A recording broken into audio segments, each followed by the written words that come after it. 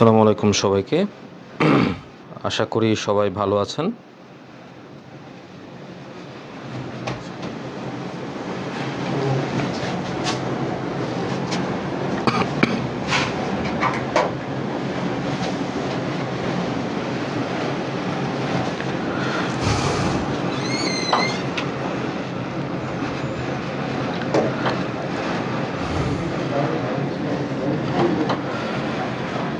শুভ সন্ধ্যা। কী অবস্থা সবার? আসসালামু আলাইকুম। আশা করি সবাই ভালো আছেন। আমরা আজকে চলে এসেছি আসপেক্ট সিরিজের নিত্যদিনের একটি কার্যক্রমের অংশ হিসেবে কিভাবে আমরা গুচ্ছ পরীক্ষার প্রস্তুতির জন্য আমাদের যে গুচ্ছ পরীক্ষা সামনে চলে আসতেছে সেই পরীক্ষার প্রস্তুতিমূলক একটি আলোচনার জন্য।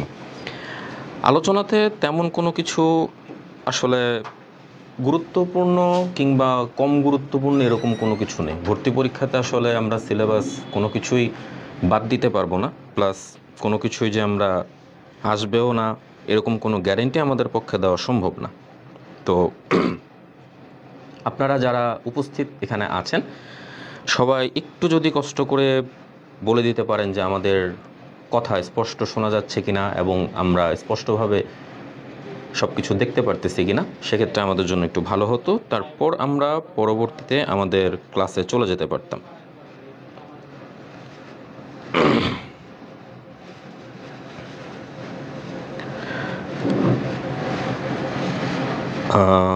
একজন বলেছেন আসসালামু আলাইকুম। ওয়ালাইকুম সালাম। আপনারা কে কোথা থেকে ক্লাস করছেন একটু যদি আমাদের সাথে বলে দেন শুরুতেই, তাহলে আমাদের জন্য ভালো হয়। এবং পরবর্তীতে কে কোথা থেকে ক্লাস করতেছেন এবং আপনারা যারা আপনাদের বন্ধুরা আছেন তারা অবশ্যই যেন এক্ষেত্রে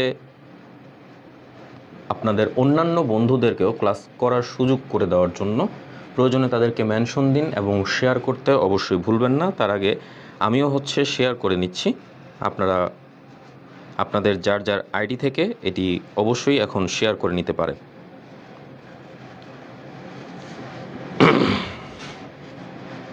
কথা শোনা যাচ্ছে ব্রাহ্মণবাড়িয়া থেকে মালিহ আহমেদ বলছেন আসসালামু আলাইকুম। ওয়ালাইকুম সালাম। আচ্ছা, আমাদের আজকে আলোচনা শুরু করার পূর্বে এখানে আমরা এখানে আলোচনা করব ব্যাপারটুকু এমন না যে এগুলো পরীক্ষায় আসবেই, কিংবা আবার এটাও বলতে পারবেন না যে কোনো কিছুই পরীক্ষায় আসবে না। সব কিছু নির্ভর করছে আপনার প্রস্তুতির উপর এবং আপনি কতটুকু কমন সেন্স এবং কতটুকু বেসিক কনসেপ্ট নিয়ে এক্সাম হল পর্যন্ত গিয়ে পরীক্ষার হলে মাথা ঠান্ডা রেখে ওএমআরে দাগিয়ে আসতে পারতেছেন, ততটুকুর উপর আপনার সফলতা নির্ভর করছে।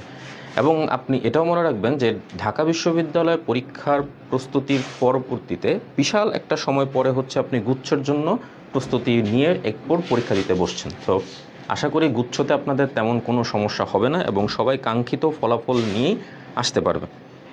এখন আমাদের আজকের আলোচনাতে যেখানে আমরা সাজেশন ক্লাস হিসেবে এখানে আমরা জৈব রসায়নটুকু নিয়ে আসছি। জৈব রসায়ন এমনিতেই আমাদের জন্য মোটামুটি একটু বিপজ্জনক এবং আমরা অনেকেই জিনিসটা ভয় পেয়ে থাকি যে আমরা জৈব রসায়ন কীভাবে অ্যান্সার করব বা জৈব রসায়নে অ্যান্সার করতে গেলে আমাদের কেমন কি সমস্যা বা কি বিষয়ে কতটুকু আমরা এখান থেকে পারবো। একজন বলছেন অর্গানিকটা পানি পানি করে দিন। আচ্ছা ঠিক আছে, এখন পানি পানি করব, কেমন পানি করব? ফ্রিজের একদম বরফ পানি, নাকি হালকা নর্মাল, নাকি একটু ঠান্ডা, নাকি একদম গরম পানি, নাকি ফুটন্ত পানি? এটাও যদি উল্লেখ করে দেন 0 degree Celsius or 100 degree Celsius, বা আপনারা অনেকটা মজার ছলে কয়েকজনকেও এরকমভাবে লিখতে শুনি বা অনেকে পোস্ট এরকমভাবে শেয়ার দেন যে হাজারি স্যার কক্ষ তাপমাত্রা এখন আর 25 ডিগ্রি সেলসিয়াস নেই, সেটা এখন 40 ডিগ্রি সেলসিয়াস হয়ে গিয়েছে। তো এখন সেক্ষেত্রে আপনারা যদি কষ্ট করে এটা ওরকমভাবে বলে দেন যে কত তাপমাত্রার পানি আমার করে নিতে হবে, সেটা আমাদের জন্য একটু বেটার। আর শুরুতে যেটা আমাদেরকে বলে দেওয়া, আমাদের আসপেক্ট সিরিজ থেকে আপনাদের গুচ্ছ প্রস্তুতির জন্য একটি মডেল টেস্টের জন্য একদম পূর্ণাঙ্গ মডেল টেস্ট এবং সাজেশন আমাদের আছে। আপনারা যদি এটা এখনও কালেক্ট না করে থাকেন, আপনাদের নিকটস্থ লাইব্রেরি থেকে সেটা কালেক্ট করে নিতে পারবেন। এবং নামটা আপনার আসপেক্টের চূড়ান্ত সাজেশন এবং গুচ্ছ মডেল টেস্ট, এই নামে বলে দিলেই আমাদের আপনাদের নিকটস্থ যে লাইব্রেরি, আমাদের 64-65টা জেলা হিসাবে আমরা যতগুলো জেলাতে আছি, প্রতিটা জেলাতেই এরকম কিছু কিছু আমাদের শাখা কিংবা ডিস্ট্রিবিউটর আছেন যাদের কাছে আসপেক্টের প্রতিটা বই আমরা এখান থেকে পাচ্ছি। যেহেতু আমাদের সম্মুখে গুচ্ছর পরীক্ষায় আসতেছে। গুচ্ছর পর আমরা অন্যান্য কিছু নিয়ে করব। একজন বলেছেন আমরা সিলেটে আমাদের গরম লাগে না, তাই নর্মাল পানি হবে। হ্যাঁ, সিলেটে প্রচুর পরিমাণে গাছ থাকার কারণে টেম্পারেচার সেখানে তুলনামূলকভাবে একটুখানি কম, সেটা আমরা সবাই জানি। তো আমরা আমাদের আলোচনায় চলে আসি, আমাদের জৈব রসায়নের ক্লাস। তো জৈব রসায়নে আমরা যে যতটুকু পরিমাণে পারি কিংবা না পারি, আমাদের সব কিছুই এখান থেকে দেখতে হবে। এখন দেখার ক্ষেত্রে আমি মোহাম্মদ নাজমুল হক তামিম আছি আপনাদের সাথে। পরবর্তী 1 ঘন্টায় ধরেন, আবার একটু বেশিও হতে পারে বা কমও হতে পারে, বাট জিনিসটুকু হচ্ছে আপনাদেরকে পূর্ণাঙ্গভাবে একটুখানি রেডি করে দেওয়া, যে আপনারা প্রশ্ন কিভাবে পেয়ে আসবেন এবং প্রশ্ন আপনাদের কিভাবে আসে। প্রথমেই একটা হাস্যকর প্রশ্ন, কোনটি জৈব যৌগ নয়? এখন আপনারা মানে প্রশ্ন নিয়ে আলোচনা, যেহেতু আমাদের বেসিক্যালি আমাদের যেভাবে আমরা আলোচনা শুরু করি না কেন, আমাদের তো ইন ডিটেলস হচ্ছে আলোচনা করতে গেলে একটুখানি সমস্যা, অত সময় আমাদের পক্ষে হবে না, প্লাস আপনারা হচ্ছেন সেটার ধৈর্য এতক্ষণ পর্যন্ত রাখতে পারবেন না। তার জায়গাতে আমরা হচ্ছে একদম পিন পয়েন্ট অংশতে যেখান থেকে প্রশ্ন আসে আমরা সেই প্রশ্ন সাপেক্ষেই হচ্ছে আলোচনা শুরু করি, সেটা হচ্ছে আমাদের যা আসে। বেসিক্যালি আমরা এখান থেকে যখন প্রশ্ন করব যে কোনটা জৈব যৌগ নয়, এই টাইপের জিনিস যখন আপনাদেরকে প্রশ্ন করবে যে জৈব যৌগ কোনটি নয়, তো জৈব যৌগ কোনটি নয় এই টাইপের জিনিস যখন আমাদের সামনে দিয়ে দেওয়া হয়, যেমন ধরেন আপনি জৈব যৌগ বলতে কি বুঝেন, এটা হচ্ছে আপনার কাছে একটা কোশ্চেন। আপনি জৈব যৌগ বলতে বুঝবেন যে কার্বন এবং হাইড্রোজেন দ্বারা গঠিত যে যৌগসমূহ, একদম সাধারণভাবে আপনাদের মধ্যে একটা প্রশ্ন জাগতে পারে যে এই প্রশ্ন কি আদৌ পরীক্ষায় আসবে। এখন প্রশ্ন হচ্ছে এই প্রশ্ন আদৌ পরীক্ষায় আসবে কি না, এটার থেকে আরও জানার বিষয় আমি আপনাকে যে প্রশ্নটা এখানে সিলেক্ট করে দিছি, এই কোশ্চেনটা কিন্তু বেশি দিন আগে পরীক্ষায় আসে নাই। আপনি খেয়াল করে দেখেন 2017-18-এ। এখন এই প্রশ্ন সিলেক্ট করার কারণ কি? কারণ একটাই, সেটা হচ্ছে আপনাকে যেখান থেকে প্রশ্ন দেওয়া হোক, যেভাবেই প্রশ্ন দেওয়া হোক, আপনি যেন প্রশ্নটুকু অ্যান্সার করতে পারেন। এক একটা টপিক ধরে ধরে প্রশ্নগুলো এখানে সাজানো, এবং আপনার জন্য একজন এখানে অ্যান্সার দিয়েছেন যে সি, এটা কিন্তু আপনি কি এটাকে জৈব যৌগ বলবেন? CS2 কার্বন ডাইসালফাইড, এটা কি কখনো জৈব যৌগ বলা সম্ভব? আপনি বলুন। আপনি আমাকে এটা অ্যান্সার দিয়েছেন, আমি আপনার এটা অ্যান্সার কারেক্ট নিলাম, কিন্তু এটা কি কখনো কার্বন ডাইসালফাইড কি কখনো যৌগ হিসেবে আমাদের বিবেচিত হবে? এবার আপনি দেখতে পাচ্ছেন। এবং আমি কিন্তু ইচ্ছা করে এই প্রশ্নকে মডিফাই করে আপনাদের সামনে হাজিরি করি নাই, ঠিক যেভাবে পরীক্ষায় আসছে। হতে পারে আপনারা এখন বলবেন যে এই কোশ্চেনটা বা এই জায়গা থেকে যে কোশ্চেনটুকু, এটা এখন কিসের ভিতরে চলে আসছে? গুচ্ছর ভিতরে। এখন যেভাবে পরীক্ষায় প্রশ্ন আসুক, আপনার অ্যান্সার হচ্ছে এ এবং সি, এবং আপনার উভয়ই এখানে দাগাতে হবে। এখানে আপনি কোনো কিছু মিস দিতে পারবেন না। সো আপনি অবশ্যই এই জায়গা থেকে যা অ্যান্সার এখানে দিতে পারতেছেন, এটা নিয়ে আপনার তেমন কোনো কোশ্চেন এখানে থাকবে না আশা করি। এখন সেকেন্ড, এবার আমরা চলে আসছি একটা আলাদা জিনিসে। আলাদা জিনিসটুকু হচ্ছে আপনাকে এখানে জিজ্ঞেস করছে সিগমা বন্ধন এবং পাই বন্ধন, এই দুটো বন্ধনের সংখ্যা যথাক্রমে কত। প্রশ্ন আগে বিশ্লেষণ করেন। আমরা প্রশ্ন পড়ার পরে অনেক ক্ষেত্রে দেখা যায় কি প্রশ্ন না পড়ি বা প্রশ্নটা দেখি প্যানিকটা একটা খাওয়া শুরু করি, এবং পারা প্রশ্ন কিংবা যেটা আমাদের নলেজের মধ্যে থাকে সেই প্রশ্ন আমরা অ্যান্সার করে আসতে পারি না।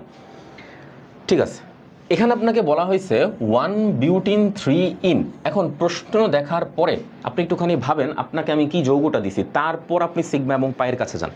আগে আপনি ভাবেন আপনাকে আমি কি দিয়েছি, 1 বিউটিন 3 আইন। আপনি এই জিনিসটাকে যদি প্রশ্নটাকে এরকমভাবেও সাজাইতেন, বিউট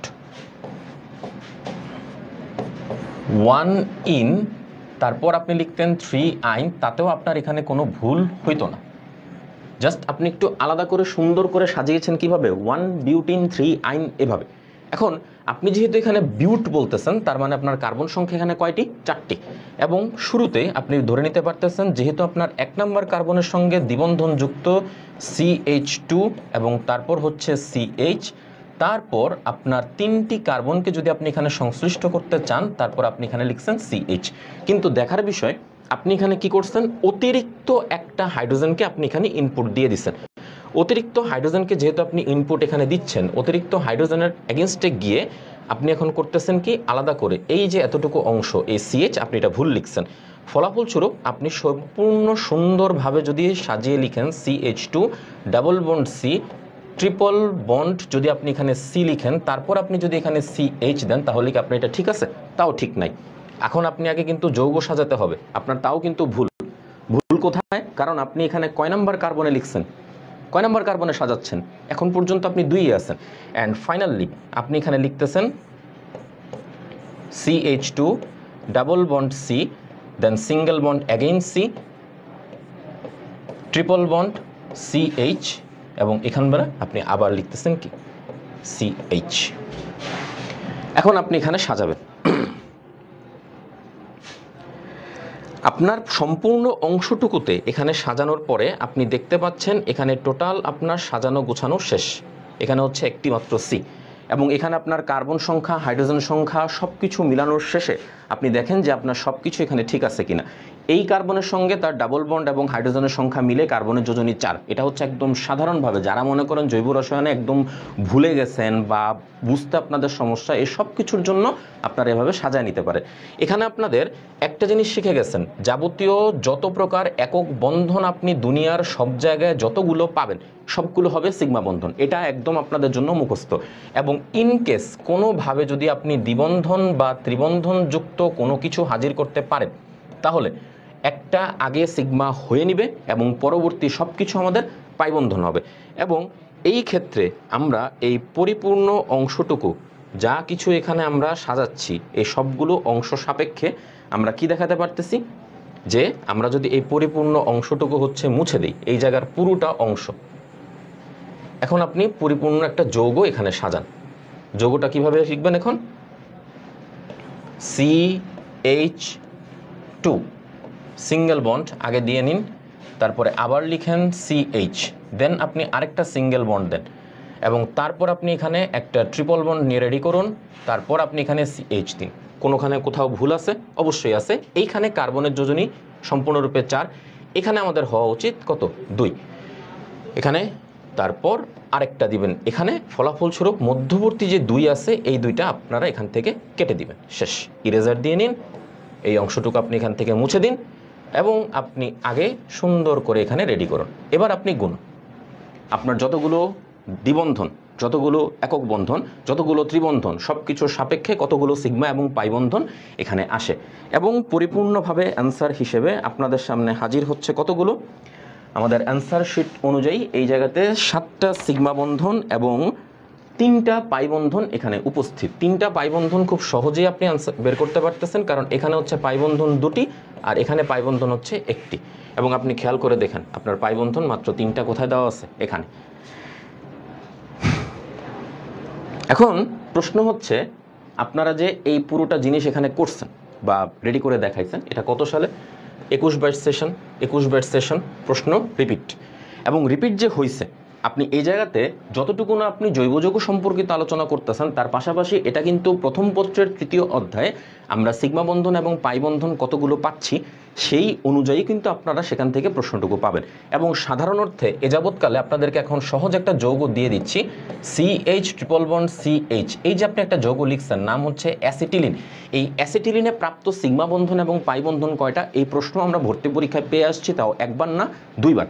এখন আপনি বলুন, আপনার এই ক্ষেত্রে এই নামকরণের হিসাবটুকুর পাশাপাশি এখানে কতগুলো সিগমা বন্ধন, কতগুলো পাই বন্ধন আছে, এই জাতীয় কোনো কোশ্চেন যদি আপনাকে কখনো করা হয়ে থাকে, আশা করতে পারি এরপর আপনাদের আর কোনো সমস্যা হবে না। আচ্ছা, মাঝখানে একজন কমেন্ট করেছেন, মৌমিতা আফরিন মাইশা, একজনকে মেনশন দিয়েছেন, একজন আরেকজনকে মেনশন দিচ্ছেন। আপনারা যত প্রকারের সম্ভব সবাইকে মেনশন দিয়ে দিন, আপনার বন্ধুরা যারা এখানে ক্লাস করছে। তো এখন আমাদের পরবর্তী প্রশ্ন কি? এটা একটুখানি রুট লেভেলের কোশ্চেন হয়ে গেছে, একটুখানি হালকা, অত বেশি না। এখন আপনি ধরতে পারেন যে ব্যাপারগুলো কীরকম। ধরেন আমরা এখানে বলতেছি 1 ডিগ্রি, আমরা এখানে বলতেছি 2 ডিগ্রি, আমরা এখানে 3 ডিগ্রিও বলতেছি, এবং ফিনিশিংয়ে 4 ডিগ্রি বলতেছি। কোশ্চেন হচ্ছে, আপনি এখানে প্রাইমারি, সেকেন্ডারি, টার্সিয়ারি এবং কোয়ার্টারনারি মানে 4 ডিগ্রি কার্বন পরমাণুর সংখ্যা আপনাকে নির্ধারণ করতে বলছে। নির্ধারণ করা পরের বিষয়, আগে আপনার দেখতে হবে এগুলো আপনি কিভাবে কাউন্ট করতে পারেন, আপনার কাউন্ট করার সিস্টেম কি, এবং কিভাবে আমাদের পক্ষে কাউন্ট করা পসিবল। কাউন্ট করতে গেলে সর্বপ্রথম আপনার চিন্তা করতে হবে, আপনি যে এখানে CH3 লিখতেছেন একদম সাধারণভাবে সুন্দর করে সাজিয়ে আপনি আগে লিখেন CH3, তারপর আবার দিচ্ছেন এখানে আপনি CH3, তারপর আবার এখানে আপনি লিখতেছেন CH3। এই পূর্ণ অংশটাকে আপনি সাজিয়ে এভাবে লিখছেন। তারপর এখানে আপনি আবার লিখছেন CH2, তারপর আবার আপনার পক্ষে লেখা সম্ভব CH, এবং তারপর আপনি এখান থেকে লিখতে পারতেছেন CH3 অ্যাগেইন CH3। একটু কষ্ট করে খেয়াল করে দেখুন কোন কার্বনটার সাথে 4টি কার্বন যুক্ত অবস্থায় আছে। কোন কার্বনটার সাথে? কোথাও এমন কোনো কার্বন আছে? একটা মাত্র কার্বন আছে, এবং সেটা কে? এই যে এটা লাল কালিতে আপনাদেরকে এখানে দেখিয়ে দিচ্ছি এটা, এবং এটাকে আপনি তখন নাম দিতে পারতেছেন 4 ডিগ্রি বা কোয়ার্টারনারি। তাহলে 4 ডিগ্রি লেখার নিয়ম কি? 4 ডিগ্রি লেখার ক্ষেত্রে নিয়ম হচ্ছে একটাই, সেটা হচ্ছে আপনাকে অবশ্যই মনে রাখতে হবে যে কার্বন পরমাণু কতগুলো এখানে যুক্ত অবস্থায় থাকবে। এখন আপনি একটা জিনিস চিন্তা করতে পারেন যে আমি প্রশ্নে বলা আমাকেও 1 ডিগ্রি আগে, তারপর 2 ডিগ্রি, তারপর 3 ডিগ্রি, দেন 4 ডিগ্রি, কিন্তু আমি 1 ডিগ্রিকে বাদ দিয়ে কেন আমি আগে 4 ডিগ্রির কাছে চলে গেলাম? ছোট্ট একটা কারণ আছে। কারণটা হচ্ছে আপনার পরীক্ষার হলে এতগুলো প্রশ্ন ফেস করতে গেলে আপনার টার্গেট প্রতি ক্ষেত্রে প্রতি প্রশ্নে যতভাবে সম্ভব আপনি সময় বাঁচাবেন, এবং সেটাকে অবশ্যই আপনার অন্য কোনো কঠিন বিষয়ের দিকে আপনাকে সুইচ করতে হবে। অ্যাজ এ রেজাল্ট আমাদের তখন চিন্তাধারায় কি, এই 4 ডিগ্রি যেহেতু আমি একটা পেয়ে গেছি, আপনার কোশ্চেনের সবার শেষে আমি কি জানতে চাইছিলাম? কোয়ার্টারনারি বা 4 ডিগ্রি কার্বন পরমাণুর সংখ্যা কত? এখন বলেন আপনি 4 ডিগ্রি কয়টা পাইছেন? মাত্র একটা। আপনার সর্বশেষ এখানে আছে কয়টা? মাত্র একটা। আপনার অ্যান্সার হবে এখানে সি। আপনার তো প্রয়োজন নাই 1 ডিগ্রি কয়টা, 2 ডিগ্রি কয়টা, 3 ডিগ্রি কয়টা, 4 ডিগ্রি কোটে একদম সিরিয়াল ধরে বের করা। আপনি 4 ডিগ্রি একটা পাচ্ছেন, আপনার অপশনে 4 ডিগ্রি মাত্র একটাই এখানে দেওয়া আছে, সুতরাং উইদাউট এনি ডাউট আপনি অ্যান্সার এখানে সি লাগাবেন। এবং যদি ইনকেস আপনার কার্বন পরমাণুর সাথে 3টা যুক্ত থাকতো, একটার পরিবর্তে 3টা, তাহলে সেক্ষেত্রে আপনার অ্যান্সার থাকতো সেখানে কত? একটাই আসতো। আপনি যদি বলতেন 2টা যুক্ত আছে তাহলে সেটা, আর যদি কোনো কিছু যুক্ত বা একটা ক্ষেত্রে আমাদের যুক্ত থাকতো তখন সেটা হতো আমাদের 1 ডিগ্রি। সো আই থিঙ্ক আপনাদের এতটুকুতে তেমন কোনো আর সমস্যা হবে না। দেন এখনো পর্যন্ত সিম্পলের মধ্যে আসি। কোন সংকেতে মেটামার সমাণু লক্ষ্য করা যায়? এফ সেট বি এফ ইউনিটের 2018-19 সেশন, মোটামুটি একটু পুরাতন কোশ্চেন। ইউজুয়ালি লাস্ট 2-3 বছরের মধ্যে কোশ্চেন এখান থেকে ধরেই নেই, যার কারণে আপনাদের কোশ্চেন অ্যানালাইসিস করে এই জায়গা থেকে এই সেটটাকে আমি বের করছি, ফাইন্ড আউট করে নিছি যেন আপনাদেরকে বোঝানোর সুবিধা হয়ে থাকে। এবং কোশ্চেন যখন আপনি এখানে ফেস করতে যাবেন তখন আপনার ক্ষেত্রে কোশ্চেন হচ্ছে আপনি এখানে কোনটাতে মেটামার সমাণু আপনি পাবেন। এখন কোশ্চেন হচ্ছে মেটামার মানে আপনি কি বুঝেন? আসে কোথায়? জৈব যৌগের সমানুতা অংশে। সমানুতা কয় প্রকার? 2 প্রকার। একটা হচ্ছে আমাদের গাঠনিক সমানুতা, আর একটা ত্রিমাত্রিক বা স্টেরিও সমানুতা। গাঠনিক সমানুতার মধ্যে টোটাল প্রকারভেদ আসে 5টা, তার মধ্যে সর্বশেষ প্রকারভেদ হচ্ছে মেটামারিজম।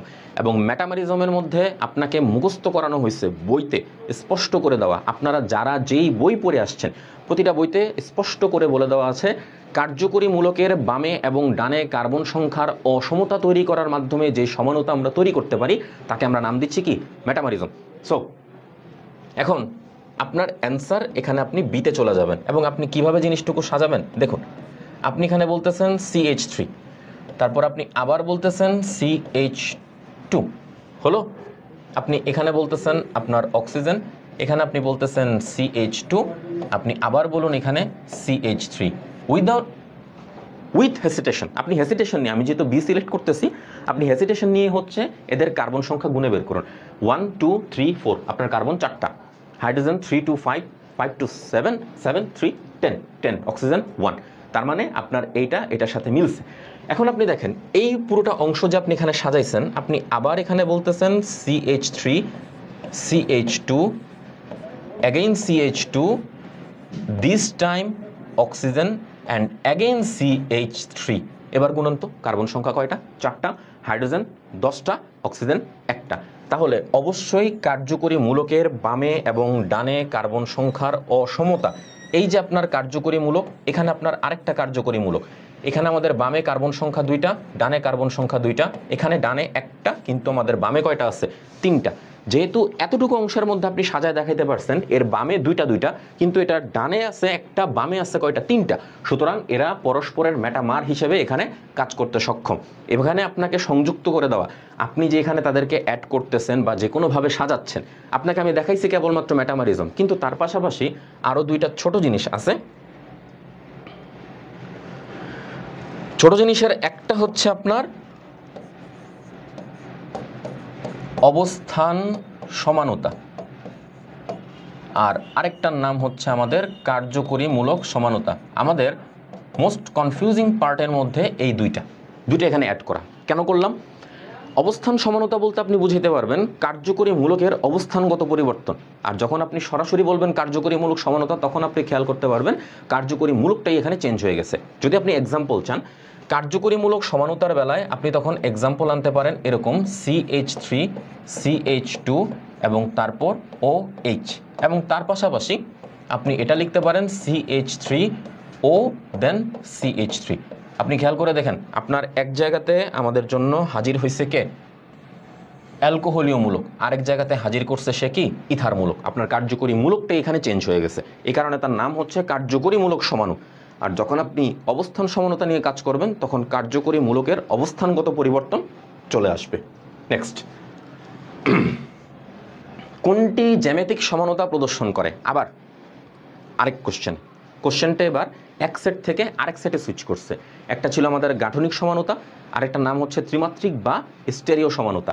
যখন আমরা গাঠনিক সমানতার ব্যাখ্যা দিতে যাব তখন আমরা বিভিন্ন প্রকারে বিভিন্ন উপায়ে আমাদেরকে ব্যাখ্যা দিবে, কিন্তু যখন মাত্র আমরা জ্যামিতিক সমানতার ব্যাখ্যা দিব তখন ভিন্নভাবে আসবে।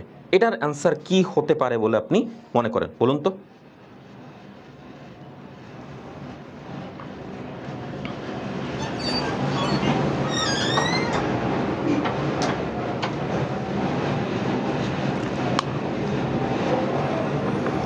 বলুন, জ্যামিতিক সমানতা কোনটি প্রদর্শন করতে পারে? অ্যান্সার কি হবে? একজন লিখেছেন ভোরের আলো। আচ্ছা, ভোরের আলো যিনি লিখছেন আই এম কনফিউজড অ্যাকচুয়ালি, উনি কোন ভোরের আলো? উনি কি গ্রীষ্মকালীন ভোরের আলো নাকি শীতকালীন ভোরের আলো? I am confused. আপনি যিনি বলছেন আপনাকে পরবর্তীতে খুঁজে পাওয়া গেলে আমি না হয় ভবিষ্যতে জিজ্ঞেস করতাম। যাই হোক, কোশ্চেনটা একটুখানি পুরাতন, 2015-16 জগন্নাথ ইউনিভার্সিটিতে। তখন জগন্নাথ ইউনিভার্সিটিতে আলাদা কোশ্চেন হতো, তৎকালীন সময় সবই হতো। করোনার পরবর্তীকালীন সময়ে এসে আমাদের স্টুডেন্টদের সমস্যা এড়ানোর জন্য আর কি এই কাজ করা হয়েছে। সো আপনার answer here is C and here is D, both, দুটোই। এবার আসেন তার ব্যাখ্যা। একটার ব্যাখ্যা দিয়ে দিচ্ছি, আর একটার ব্যাখ্যা আপনারা ঠিকঠাকভাবে বুঝে ফেলতে পারবেন। আমি সি এর পক্ষে আগে ব্যাখ্যাটা দিই। আপনাকে যখন এই যৌগগুলো দেওয়া হবে, আপনি মনে প্রাণে দোয়া করবেন সবসময় আপনাকে যেন সংকেতগুলো দিয়ে দেয়। এখন আপনি বলবেন ভাইয়া সংকেত দিলে লাভ কি? লাভ হচ্ছে আপনি সংকেত দিলে আপনি সহজেই বুঝা যাইতেছেন। আর যদি আপনাকে বাংলায় বলে দেয়, আপনাকে আগে ওই বাংলা থেকে সংকেত রেডি করতে হবে, দেন সংকেতকে আপনার বিক্রিয়ায় ইনপুট দিতে হবে, তারপরে হচ্ছে অন্য কাজ। এখন আপনি বলেন আপনার সময় বাঁচে কোথায়? সংকেত দিলে নাকি বাংলা বলে দিলে? এই যে আপনাকে এখানে বাংলা বলে দিচ্ছে আগে 2 বিউটিন, আগে আপনার 2 বিউটিন লিখতে হবে।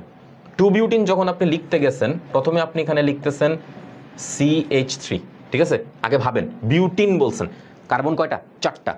বিউটিন এবং 2 লেখা আগে, তার মানে 2 নাম্বার কার্বনের জন্য আগে আমাদের এখানে দ্বিবন্ধন বসে পড়বে। এখানে লিখতেছেন এটা এবং তারপর এটা, শেষ। আপনার 2 বিউটিন এখানে সাজানো হয়ে গেছে। 2 বিউটিন যে আপনি সাজাইছেন, এবার আপনি জ্যামিতিক সমানতার সাপেক্ষে আপনি এখানে করলেন কি, এটাকে সুন্দরভাবে আগে সাজান। যদি এরকম হতো যে আমরা এখন এইচএসসি লেভেলের একটা ক্লাস করতেছি, জাস্ট কথার কথা, আমি বলতেছি না যে আপনারা এইচএসসি লেভেলের ক্লাস করতেছেন, তাহলে এরকমভাবে একদম ডিটেলসে আপনাকে লিখে দেওয়া হতো। এখানে একটা দ্বিবন্ধন সাজানো হইতো, এখানে বলা হইতো CH3, এখানে আবার বলে দেওয়া হতো H, ঠিক আছে? বললেন তো? এই যে আপনি এতটুকু বলে দিচ্ছেন, এরপর আবার আপনি করলেন কি, এই ক্ষেত্রে আবার আপনি এটা লিখছেন, এখানে কার্বন লিখছেন, ডাবল বন্ড C লিখছেন, তারপর H, জাস্ট CH3 এবং এই ক্ষেত্রে H।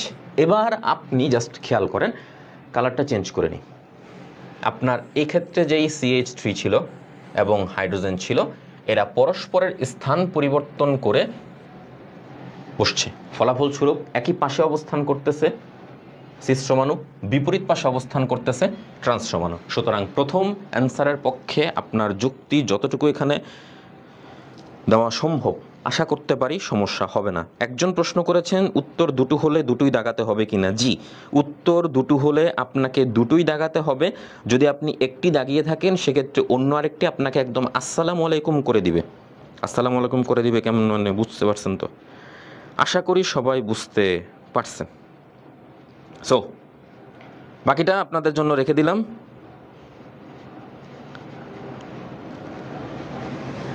এখন ব্যাপার হচ্ছে আমি আপনাকে এখন পর্যন্ত যা যা দেখাইছি এগুলার খুবই হচ্ছে সিম্পল লেভেলের কোশ্চেন, খুবই সিম্পল। এবার একটুখানি টেকনিক্যাল লেভেলে আমাদের কোশ্চেন কিভাবে পরীক্ষায় আসে, কিভাবে আসতে পারে, এই জাতীয় আলোচনা একটু মনোযোগ দিয়ে এবার দেখেন, মনোযোগ দিয়ে শুনেন। প্রশ্ন যদি কিছু থাকে তাহলে নির্দ্বিধায় কইরেন, এটা আপনাকে বলে দেওয়া। যদি না করেন সেক্ষেত্রে কিন্তু আপনার ক্ষতি, নইলে কিন্তু আমি কোনো কিছু জানি না।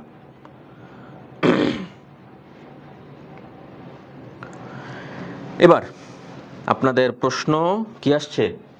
টলুইন। আচ্ছা, টলুইনের সংকেত পারেন তো? Toluene potassium permanganate sulphuric acid, একটা প্রোডাক্ট আপনি এখানে বানাবেন 1 লেখা, সোডিয়াম হাইড্রোক্সাইড দিবেন 2 লেখা, sodium hydroxide, calcium oxide and heat. এই যে আমাদের যেমন সারাদিন এরকম হিট যাচ্ছে, এক এক জেলায়, যশোরে আজকে 42 ক্রস করছে, গতকাল না পরশু দিন হচ্ছে চুয়াডাঙ্গা হাইস্ট ছিল, ঢাকাতে মাত্র কত এখন হাইস্ট 37 38। সো এরকম হিট, আরও হিট আর কি, আরও বেশি এরকম আপনি দিবেন। আপনার কাছে জানতে চাওয়া হয়েছে উৎপাদ 1, উৎপাদ 2, উৎপাদ 3 এগুলো কারা। এবার আপনি ভাবেন, এখন আপনি বলবেন ভাই আপনি বারবার বলেন ভাবেন ভাবেন, আপনি ভাববেনটা কি? ভাবার বিষয়বস্তু হচ্ছে আপনি কাকে দ্বারা কাজ করা শুরু করছেন। প্রথম কোশ্চেন টলুইন, রাইট? আপনি এবার টলুইন লিখেন আগে। টলুইন আপনি এখানে লিখছেন CH3,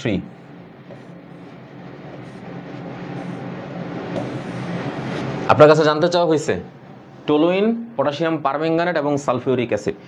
আপনি যখন এই কাজটা করতে গেছেন, এই পটাশিয়াম পারম্যাঙ্গানেট মানে কি? আপনাকে সে কোনো না কোনোভাবে জায়মান অক্সিজেন সাপ্লাই দিবে। এগুলো হচ্ছে কি আপনার টেকনিক, আপনি এগুলো মুখস্থ করে জীবনে কুলাইতে পারবেন না। পটাশিয়াম পারম্যাঙ্গানেট অম্লীয় মাধ্যমে কাজ করতেছে, আপনাকে জায়মান অক্সিজেন সে সাপ্লাই দিচ্ছে, এবং সাপ্লাই দেওয়ার ফলশ্রুতিতে আপনার মনে রাখতে হবে আপনি এখানে কোন জারণ প্রক্রিয়া সম্পাদন করতেছেন। এটা কি মৃদু জারণ নাকি তীব্র জারণ? কারণ টলুইনের মৃদু জারণ শেষে আপনি পাবেন বেনজালডিহাইড, এবং টলুইনের তীব্র জারণ শেষে আপনি পাবেন বেনজোইক অ্যাসিড, এবং potassium permanganate with sulphuric acid. এটা দ্বারা যখন আপনি কাজ করতেছেন তখন আপনি বুঝতে পারবেন এখানে আপনার তীব্র জারণ প্রক্রিয়া সম্পাদিত হচ্ছে। অ্যাজ এ রেজাল্ট আপনি সেখান থেকে পেয়ে যাবেন চোখ বন্ধ করে বেনজোইক অ্যাসিড। লিখলেন আপনি বেনজোইক অ্যাসিড। এবার আপনি খুঁজে দেখেন আপনার ABCD 4টা অপশনের মধ্যে কোথায় বেনজোইক অ্যাসিড আছে। এখন আপনি বলবেন ভাই বেনজোইক অ্যাসিড 1টা 2টা 3টাতে আছে। বেনজালডিহাইড ছিল মৃদু জারণের জন্য, তার মানে বেনজালডিহাইড আমার কাজে আসবে না, ফেনল আমাদের কাছ থেকে বাদ। ABE এই 3টার যে কোনো একটা হবে আমাদের অ্যান্সার। এবার সেকেন্ড স্টেজে আপনি ক্ষারের সাথে বিক্রিয়া দিবেন। এখন আপনি বলেন আপনি 1 নাম্বার এই যে এটা ছিল, এটা কে ছিল? এটা না অ্যাসিড আপনি ক্ষারের সাথে বিক্রিয়া দিচ্ছেন। সাধারণ নলেজ কাজে লাগান, অ্যাসিড ক্ষারের সাথে বিক্রিয়া দিচ্ছেন, ডেফিনেটলি একটা লবণ তৈরি করবে, এবং সে লবণটুকু কি আলটিমেটলি বেনজোইক অ্যাসিড থেকে সে আপনাকে সোডিয়াম বেনজোয়েট চোখ বন্ধ করে দিবে। বেনজোইক অ্যাসিড থেকে আর কোথাও আপনি সোডিয়াম বেনজোয়েট পাচ্ছেন? বেনজোইক অ্যাসিড থেকে আর কোথাও থেকে সোডিয়াম বেনজোয়েট পাচ্ছেন না। সুতরাং এখান থেকে আপনি যখন বলবেন যে আপনি সোডিয়াম হাইড্রোক্সাইড এখানে অ্যাড করতেছেন, সুন্দর করে আপনি এখানে লিখে দিবেন CH3COONA, এবং পাচ্ছেন আপনি সোডিয়াম বেনজোয়েট। সোডিয়াম বেনজোয়েটের পর আপনি বেনজিনই পাবেন, যেহেতু আপনার এখানে পরবর্তীতে ডিকার্বক্সিলেশন বিক্রিয়া সোডা লাইমের সাথে আপনি বিক্রিয়া করতেছেন, কিন্তু এরপর আপনার যাওয়ার দরকার নেই, কারণ আপনি অপশন এতটুকুতেই বের করে ফেলছেন। এই যে পুরা কিচ্ছা কাহিনী আপনি করছেন, একটা মাত্র লাইন আপনি মুখস্থ করতে পারছিলেন, সেটা কি? টলুইনকে মৃদুভাবে জারিত করলে কি পাওয়া যাবে? বেনজালডিহাইড। তীব্রভাবে জারিত করলে আমি কি তৈরি করতে পারবো? Benzoic acid. সেই বেনজোইক অ্যাসিডই হচ্ছে আপনার আলটিমেট হিন্টস। সেই হিন্টস থেকে আপনি পরের স্টেজে যেতে পারছেন। ফার্স্ট স্টেপ আপনি কোনোভাবে মিস করবেন, আপনার পরের স্টেপে একটা আপনি আর ক্যাচ করতে পারবেন না। ক্লিয়ার? এবার বলেন কারো কোনো কোশ্চেন আছে কিনা, থাকলে বলতে পারেন নির্দ্বিধায়।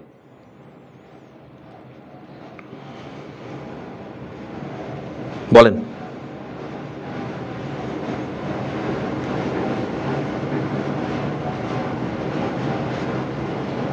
কোশ্চেন আছে?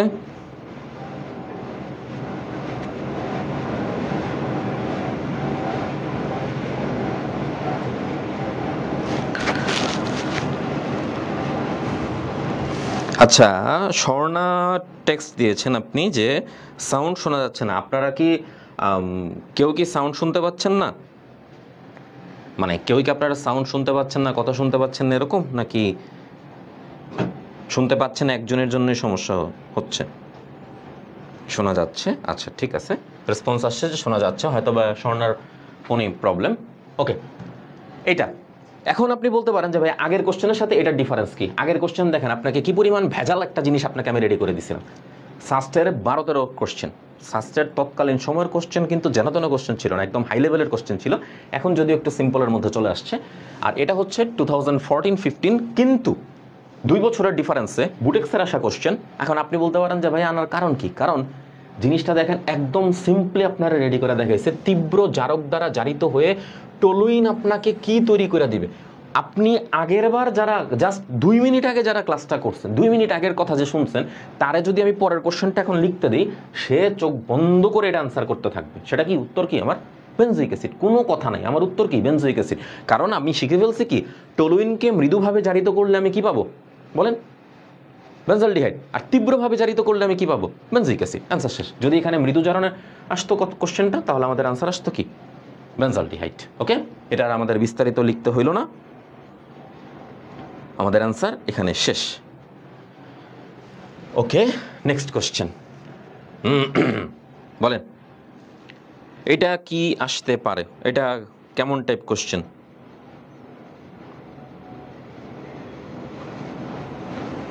বলেন এটাতে আপনার কাছে কি মনে হয়, এখান থেকে পরীক্ষায় কি আসবে?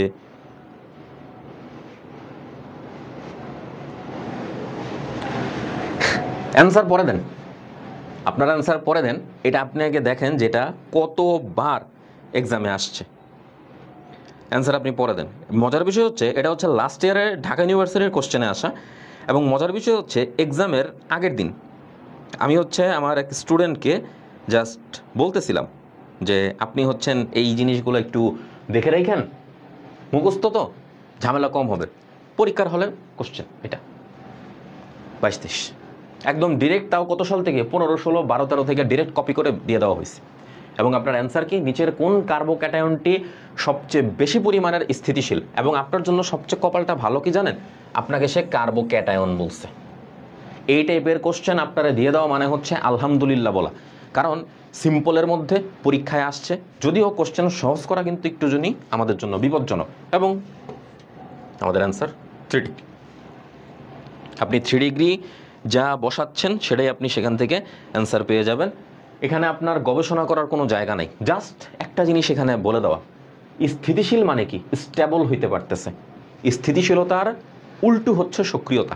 আপনাকে যদি এখন কেউ কোশ্চেন করতো নিচের কোন কার্বোক্যাটায়নটি সর্বাধিক পরিমাণে সক্রিয়, 3 ডিগ্রির পরিবর্তে আপনার অ্যান্সার আসতো 1 ডিগ্রি।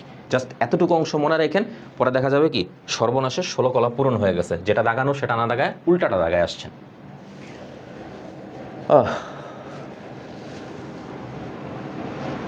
আরো কতগুলা নাকি হিসাব করে দেখেন কতবার আসছে এটা। এই যে এক একটা কোশ্চেন কিন্তু জাস্ট সিম্পল কোশ্চেন না। এক একটা কোশ্চেন মানে হচ্ছে একটা ব্রিফ টপিকের ডিসকাশন আপনি এখানে করতে পারতেছেন। এখন ডিসকাশন একটা শুরু করেন। প্রথম হিসাব এটা আপনি কি টাইপ বা কেমন কোশ্চেন আপনি এখানে সেট করছেন, এটা হচ্ছে আপনার প্রথম কথা। এটা কি কোশ্চেন বলতে পারবেন কেউ? মানে কারো পক্ষে কি বলা সম্ভব যে এটা আমি কোন নীতি বা কোন পদ্ধতি আমি এখানে অনুসরণ করছি? আচ্ছা, খাদিজা ইসলাম একজন কোশ্চেন করছেন এ কেন হলো না? এ না হওয়ার কারণ হচ্ছে আমরা জানতে চেয়েছিলাম কোনটা সর্বাধিক পরিমাণের স্থিতিশীল? রাইট, এই যে কোনটা সর্বাধিক পরিমাণের স্থিতিশীল, সর্বাধিক পরিমাণে সক্রিয় হতো এই কারণে। খারাসের নীতি একজন সি বলছেন,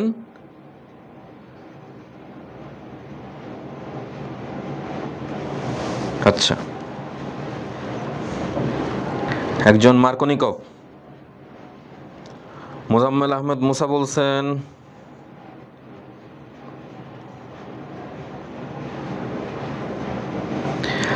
বিএম সোহানুর, আপনি কোশ্চেন করছেন কার্বোক্যাটায়নের স্থায়িত্বতা 3:1। ডেফিনেটলি আমি তো সেখানে 3:1ই আপনাকে সেট করে দিয়েছি, কিন্তু সেখানে আমি এটাও অ্যাড করে দিয়েছি স্থায়িত্বতা, আর এটা হচ্ছে সক্রিয়তা। সক্রিয়তা হলে জিনিসটা হচ্ছে রিভার্স হয়ে যাবে, ঠিক আছে? ওকে, এটা হচ্ছে আমাদের খারাসের নীতি। খারাসের নীতিটা আপনি কোত্থেকে পাইছেন? আগে আপনি মার্কনিকভ পড়ছেন, মার্কনিকভ থেকে আপনি সুইচ করে দেন বিপরীত মার্কনিকভের কাছে গেছেন, তাই না? দুইটা জিনিসের মধ্যে যখন কম্পেয়ার করতে আসছেন, এক এক জায়গাতে আপনি সেট করছেন। এটা গোল্লায় যাক আপাতত 1 মিনিটের জন্য। আপনি প্রথমে চিন্তা করেন মার্কনিকভ নীতি আপনি কিভাবে সাজাইছিলেন। যখন আপনি CH3 লিখছেন, তারপর CH লিখছেন, ডাবল বন্ড আপনি CH2 লিখছেন, লেখার পরে আপনি এখানে করছেন কি, তার সাথে HBr অ্যাড করছেন। অ্যাড করার পর দেন আপনি বলছেন আপনার অ্যান্সার আসতেছে CH3, then CH, then CH3 and this time Br। এবার আপনি থামেন এই জায়গাতে। কোশ্চেন কি? মার্কনিকভ নীতি। মার্কনিকভ নীতি যখন আপনি প্রথম পড়া শুরু করছেন, আপনার শুরুতে স্পষ্ট দুইটা শব্দ বলা, অপ্রতিসম, অসম্পৃক্ত, কথা ওই জায়গাতে থামায় দেন। এর পরের পুরোটা জিনিস আপনি পরে সাজান। আগে আপনি অপ্রতিসম বুঝেন, তারপর আপনি অসম্পৃক্ত বুঝেন। অপ্রতিসম বুঝার জন্য আপনার প্রাথমিক কাজ বামে এবং ডানে কার্বন সংখ্যার অসমতা। আপনি বলেন এই দ্বিবন্ধনের বামে এবং ডানে কি কার্বন সংখ্যা অসম? ফলাফলস্বরূপ এটা অপ্রতিসম হবে। অসম্পৃক্ত কখন আপনি বলতেছেন? যখন আপনি দ্বিবন্ধন বা ত্রিবন্ধন পাচ্ছেন। এবং আপনি যখন হাইব্রিডাইজেশন নিয়ে আলোচনা করছিলেন, তখন সেখানে শিখতে পারছিলেন যখন আপনি sp3 হাইব্রিডাইজেশন আলোচনা করতেছেন, দ্যাট মিনস সেটা হচ্ছে স্যাচুরেটেড আর সম্পৃক্ত। আর যখন আপনি sp2 বা sp তে আসছেন, তখন সেটা হবে কি, নন স্যাচুরেটেড, আনস্যাচুরেটেড, যেভাবে আপনি উপস্থাপন করেন।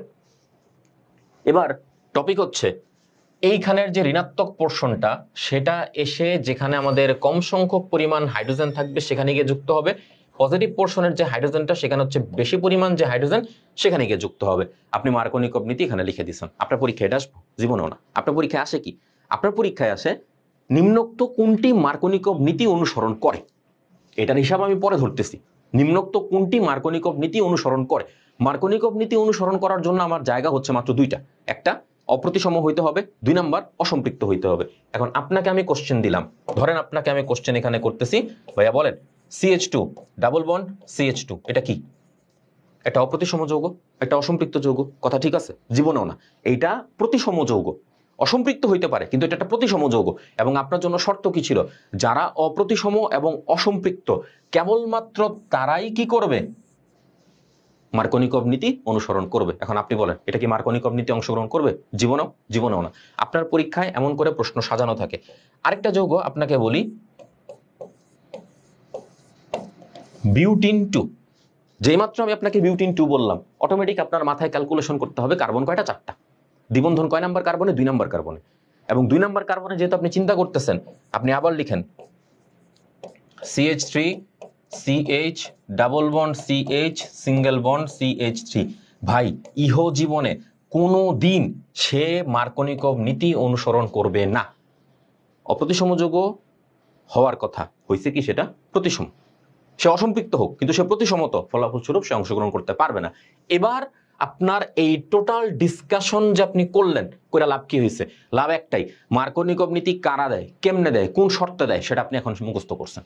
মার্কনিকভের পাশাপাশি এটা যখন আপনাকে আমি কোশ্চেন করছি, আপনার অ্যান্সার দিচ্ছেন কি, ভাইয়া এটা হচ্ছে আমাদের খারাসের নীতি বা বিপরীত মার্কনিকভ। বিপরীত মার্কনিকভের নীতির নিয়ম কি? যারা এখানে কম সংখ্যক হাইড্রোজেনটা, এই যে আপনার হাইড্রোজেনটা, এটা কোথায় গেছে? যখন আমাদের কম সংখ্যক হাইড্রোজেনের কাছে। কিন্তু এবার আপনাদের কোথায় যাবে? যেখানে বেশি সংখ্যক হাইড্রোজেন নাকি কম? এই যে আপনার হাইড্রোজেন আছে, এই হাইড্রোজেনটুকু হচ্ছে যেখানে কম সংখ্যক হাইড্রোজেন তার কাছে গিয়ে যুক্ত হবে, আর ব্রোমিনটা হচ্ছে বেশি সংখ্যক এটার কাছে গিয়ে যুক্ত হবে। এবার বলেন আপনার অ্যান্সার এখানে কি আসবে? Definitely C. বলেন এবার বুঝছেন কিনা? বুঝা গেছে? মার্কোনিকভ, বিপরীত মার্কোনিকভ।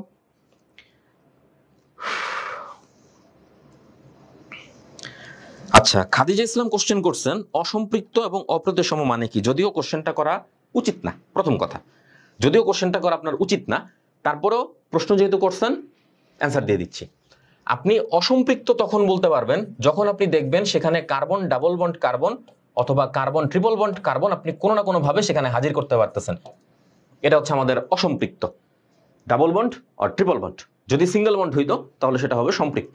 আর যদি অপ্রতিসমতার কথা বলে, এই যে এইটা, এই দ্বিবন্ধনের বামে এবং ডানে কার্বন সংখ্যা কি সমান, তার মানে এটা প্রতিসম। এই দ্বিবন্ধনের বামে এবং ডানে কার্বন সংখ্যা সমান, তার মানে এটা প্রতিসম। কিন্তু এই দ্বিবন্ধনের বামে এবং ডানে কার্বন সংখ্যা অসমান, তার মানে এটা অপ্রতিসম। ঠিক আছে, এবার আপনার আশা করতে পারি প্রতিসম এবং অপ্রতিসম কোনো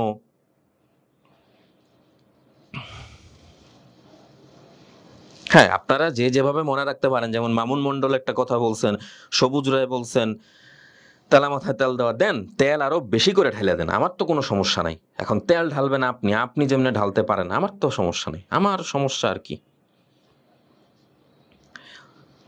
আমার সমস্যা তো চিন্তা করে লাভ নেই, এখন চিন্তা করতে হবে আপনাদের সমস্যা, আপনাদের কত দিক দিয়ে সমাধান করে দেওয়া যায়, এরা ছাড়া তো আর কোনো উপায় নেই, তাই না?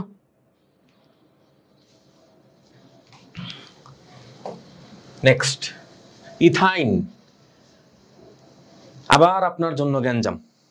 এই যে আপনি মডার্না দেখে আবার ইয়ার কথা ভাইবেন না, আপনাদের যে ভ্যাকসিন দেওয়া হয়েছে, ভ্যাকসিন সবাই দিয়েছেন? আপনাদের তো স্কুল কলেজ থেকে হচ্ছে খুব ভালোভাবে ভ্যাকসিন দেওয়া হয়েছে। আর যাই হোক, ভ্যাকসিনের অনেক সুফল কুফল অনেক কিছু, অনেকে অনেক কিছু বলছে। এখন সমস্যা যেটা দাঁড়াইছে যে আমি এখন মানে প্রথম ডোজ আমি এখনো দিতে পারিনি। মানে প্রথম ডোজ দেওয়ার জন্য হচ্ছে সিরিয়াল করা হয়েছিল, সিরিয়াল মেবি মেসেজ আসছে, বাট আমি মেসেজ সামহাও হয়তো বা পাই নাই। এখন প্রথম ডোজের পরে দ্বিতীয় ডোজের মেসেজও গেছে, তারপর তৃতীয় ডোজের মেসেজ পর্যন্ত গেছে। এখন আমি প্রথম ডোজ কোত্থেকে দিব আমি আর খুঁজে পাই না। তো যাই হোক, এখন আপনাদের কারো কাছে যদি প্রথম ডোজ মানে পাওয়ার কোনো সম্ভাবনা থাকে বা কেউ যদি হচ্ছে বলতে পারেন, তাহলে বললেন, তাকে আমি জানাবো যে কিভাবে আমি প্রথম ডোজ পাইতে পারি। এটা হচ্ছে আমাদের একটা ভ্যাকসিনের নাম করোনার ক্ষেত্রে, মডার্না, ফাইজার আছে, আর অনেকগুলো আছে। যাই হোক, আমরা ইথাইনের কাছে চলে যাই। ইথাইন আমি কিভাবে লিখতাম? ইথাইন আমি লিখতেছি CH ট্রিপল বন্ড CH। আপনার ইথাইন লেখা শেষ। কোশ্চেন করছে হাইড্রোজেনের সাথে বিক্রিয়া করবেন, দিয়েছেন আপনি হাইড্রোজেন। এবার আপনি খেয়াল করে দেখেন, আপনারে আমি এখানে কি দিছি? আল্লাহর দুনিয়ার সবচেয়ে বিভৎস একটা প্রভাবক আমি এখানে ব্যবহার করতেছি, প্যালাডিয়াম, তার সাথে বেরিয়াম সালফেট।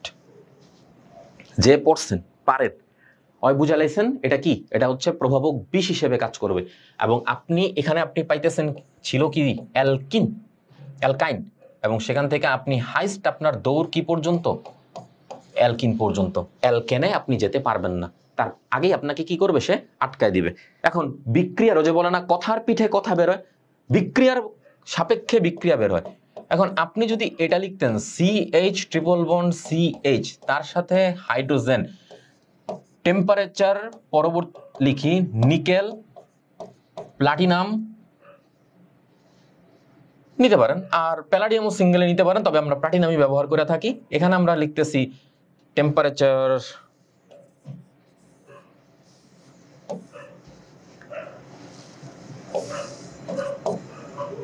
150 ডিগ্রি সেলসিয়াস থেকে 200 ডিগ্রি সেলসিয়াস পর্যন্ত। লেখার পরে আপনি ফিনিশিং এ একদম পেয়ে যাচ্ছেন CH3 সিঙ্গেল বন্ড CH3। এখন ভাই দুইটার ডিফারেন্স বলে, এক জায়গাতে আপনি অ্যালকিন পাইছেন, আরেক জায়গাতে আপনি অ্যালকেন পাইছেন। দুইটার কারণ কি? কারণ হচ্ছে আপনার ডিফারেন্ট প্রমোটার। এক জায়গায় প্যালাডিয়াম আর বেরিয়াম সালফেট ইউজ করছেন, আরেক জায়গায় আপনি নিকেল আর প্লাটিনাম ইউজ করছেন। এই যে আপনি দুটো জিনিস এখানে ব্যবহার করছেন, আপনার এটাও পরীক্ষায় আসছে, এটা তো আপনার পরীক্ষা আসছে একদম চাক্ষুষ প্রমাণ। রাজশাহী ইউনিভার্সিটির সেট 2 মডার্নার 20-21 সেশনে একদম ইদানিং কালে এটা পরীক্ষায় আসছে। তাহলে এখন আপনি বলেন ইথাইন হাইড্রোজেনের সঙ্গে বিক্রিয়া করে আপনাকে কি তৈরি করে দিবে? এখানে আপনি কি পাইছেন? অ্যালকিন না? এখন বলেন কোথায় অ্যালকিন আছে? CH2 double bond CH2। আপনার অ্যান্সার বি। বলেন বুঝতে পারছেন কিনা? মামুন মন্ডল বলছেন 180, ফাইন। 180 টেম্পারেচার রিকোয়ারমেন্ট হিসেবে, আপনি টেম্পারেচারকে ফিক্সড হিসেবে এখান থেকে ধরে রাখার থেকে আপনি নিতেছেন সেফ জোন 150 থেকে 200 রেখে দেওয়া হচ্ছে বেটার। এটা হচ্ছে যে কোনো প্রকারের, আপনি এখানে যদি 2 কার্বন বিশিষ্ট অ্যালকাইন না নিয়ে 100 কার্বন বিশিষ্ট অ্যালকাইনও নেন, আপনি টেম্পারেচার 150 থেকে 200 পর্যন্ত এই কাজ করবে। এটা হচ্ছে আপনার জন্য সবচেয়ে সেফ জোন।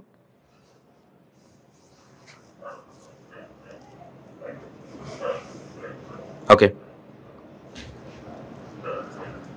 তারপর বলেন, এখন পর্যন্ত যা যা কিছু বললাম বুঝছেন নি আপনারা? মানে আপনাদের পক্ষে বোঝা সম্ভব হয়েছে কিনা? এতক্ষণ পর্যন্ত তো অনেক কিছু বলতেছিলাম।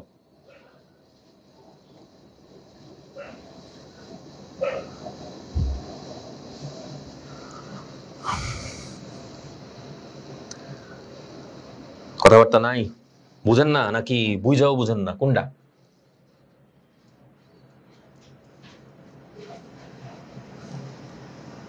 ওকে,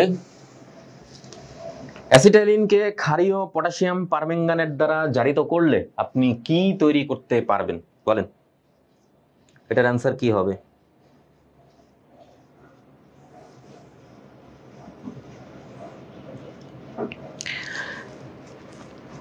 অ্যাসিটিলিনকে ক্ষারীয় পটাশিয়াম পারম্যাঙ্গানেট দ্বারা যদি আপনি জারিত করেন তাহলে কি পাওয়া যাবে?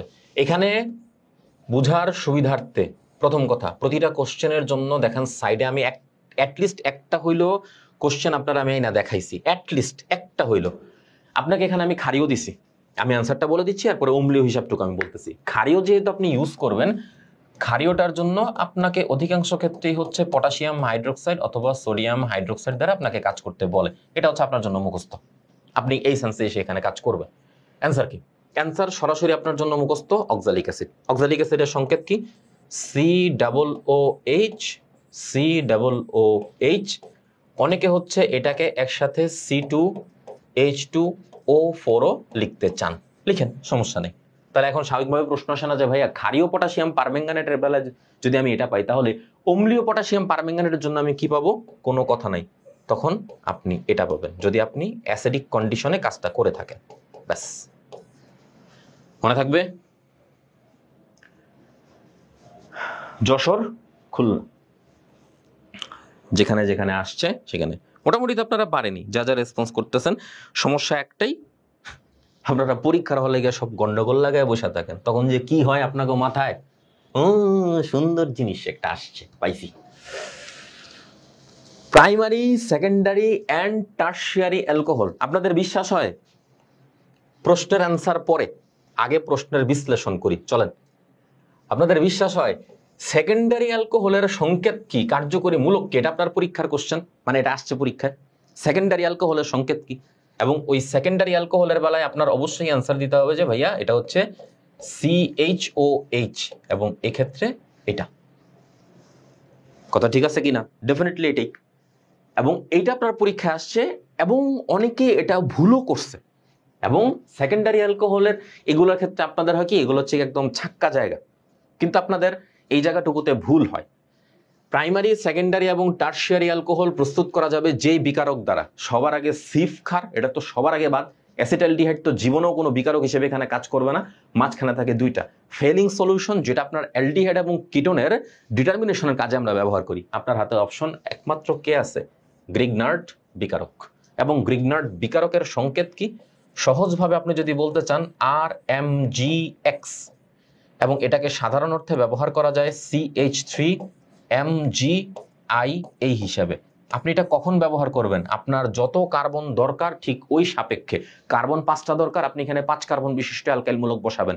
কার্বন 1টা দরকার, আপনি এটাই বসাবেন, ঝামেলা শেষ। আচ্ছা, ওই যে প্রশ্ন সাপেক্ষে প্রশ্ন, বলেন তো, আমি যদি ঠিক এতটুকু লিখে এটা আমি কেটে দিই, কথার কথা আমি এটা কেটে দিলাম, কেটে দিয়ে আমি প্রশ্ন করলাম এদের পার্থক্যকরণ কিভাবে করা যায়? প্রশ্নটা বলি, প্রাইমারি, সেকেন্ডারি, টারশিয়ারি অ্যালকোহলের কিভাবে আপনি পার্থক্যকরণ করবেন? বলেন, কোন অ্যান্সার আছে? কোনোভাবে কি করা যাবে? প্রাইমারি, সেকেন্ডারি এবং টারশিয়ারি অ্যালকোহলের মধ্যে পার্থক্যকরণ আপনি কিভাবে করবেন? কোনো কিছু, কোনো উপায় আপনার আছে? বলেন, পসিবল? লুকাস বিকারক দ্বারা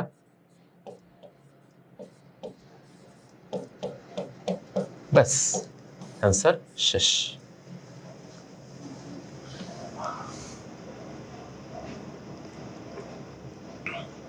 লুকাস, ওকে, অ্যান্সার এনাফ আমাদের জন্য। আসেন এই জায়গাতে, এটা একটা সেটের নাম, আপনি আবার অন্য কিছু ভাইবেন না। এরকম বিভিন্ন সেট এক একবার তার এক এক সিস্টেম বার করে, টোপাস, কোনোবার কোয়ার্টস, এরকম বিভিন্ন নাম। ঢাকা ইউনিভার্সিটি কয়বার আসছে, রাজশাহী ইউনিভার্সিটি, সি ইউনিট, টোপাস, এরকম বিভিন্ন নাম দেওয়া আছে। ভাবেন পরে। টেম্পারেচার আগে দেখেন কত ডিগ্রি, 170। অ্যালকোহল সালফুরিক অ্যাসিডের সাথে বিক্রিয়া করছে। প্রথমে লিখেন, এটা একটু ভালো করে লিখেন, CH3 CH2, তারপরে আবার লিখেন OH, হলো। তারপরে আপনি লিখেন সালফিউরিক অ্যাসিড,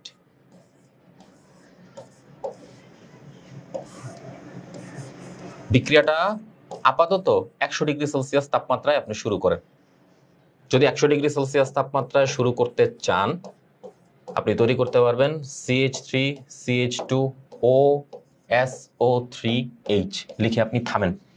আপনাকে থামানোর কারণ আছে, বলতে পারবেন কেউ কারণটা কি? আন্নাফি বলছেন গরমে ক্লাস করতে মনে চায় না।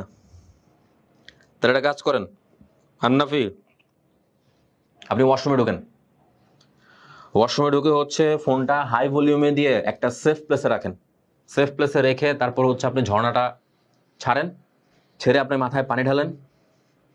আপনি মাথাও ঠান্ডা থাকবে, আপনার ক্লাস করা হবে, আপনার ঠান্ডা অনুভূত হবে। আই থিঙ্ক এর চেয়ে বেটার কোনো অপশন আর নাই, আমার হাতে নাই। এখন আপনার হাতে কোনো অপশন থাকলে, বা আমাদের এখানে আমরা যারা ক্লাস করতেছি তাদের হাতে কি আর কোনো অপশন আপনাদের হাতে আছে, থাকলে আপনারা বলতে পারেন।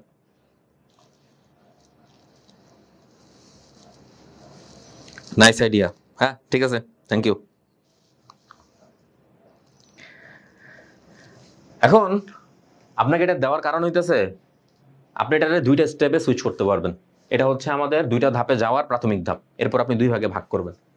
আপনি যখন প্রথমে অ্যালকিন তৈরি করছেন, আপনি খেয়াল করে দেখেন, আপনি মনে করেন সব ভুলে যান, আপনি আবার অ্যালকিনের কাছে যান। অ্যালকিনে যখন আপনি গেছেন তখন সেখানে হচ্ছে অ্যালকিন প্রস্তুতির জন্য এটা হচ্ছে আপনার প্রাথমিক ধাপ ছিল, এবং তারপর আপনাকে লেখা অতিরিক্ত পরিমাণ সালফিউরিক অ্যাসিডের উপস্থিতিতে CH3 CH2OH প্লাস সালফুরিক অ্যাসিডটা আপনি অতিরিক্ত পরিমাণে নেবেন। যেহেতু আপনি অতিরিক্ত পরিমাণে নিয়ে নিতেছেন, আপনি এটা হচ্ছে সম্পূর্ণ পরিমাণে মুছে দেন।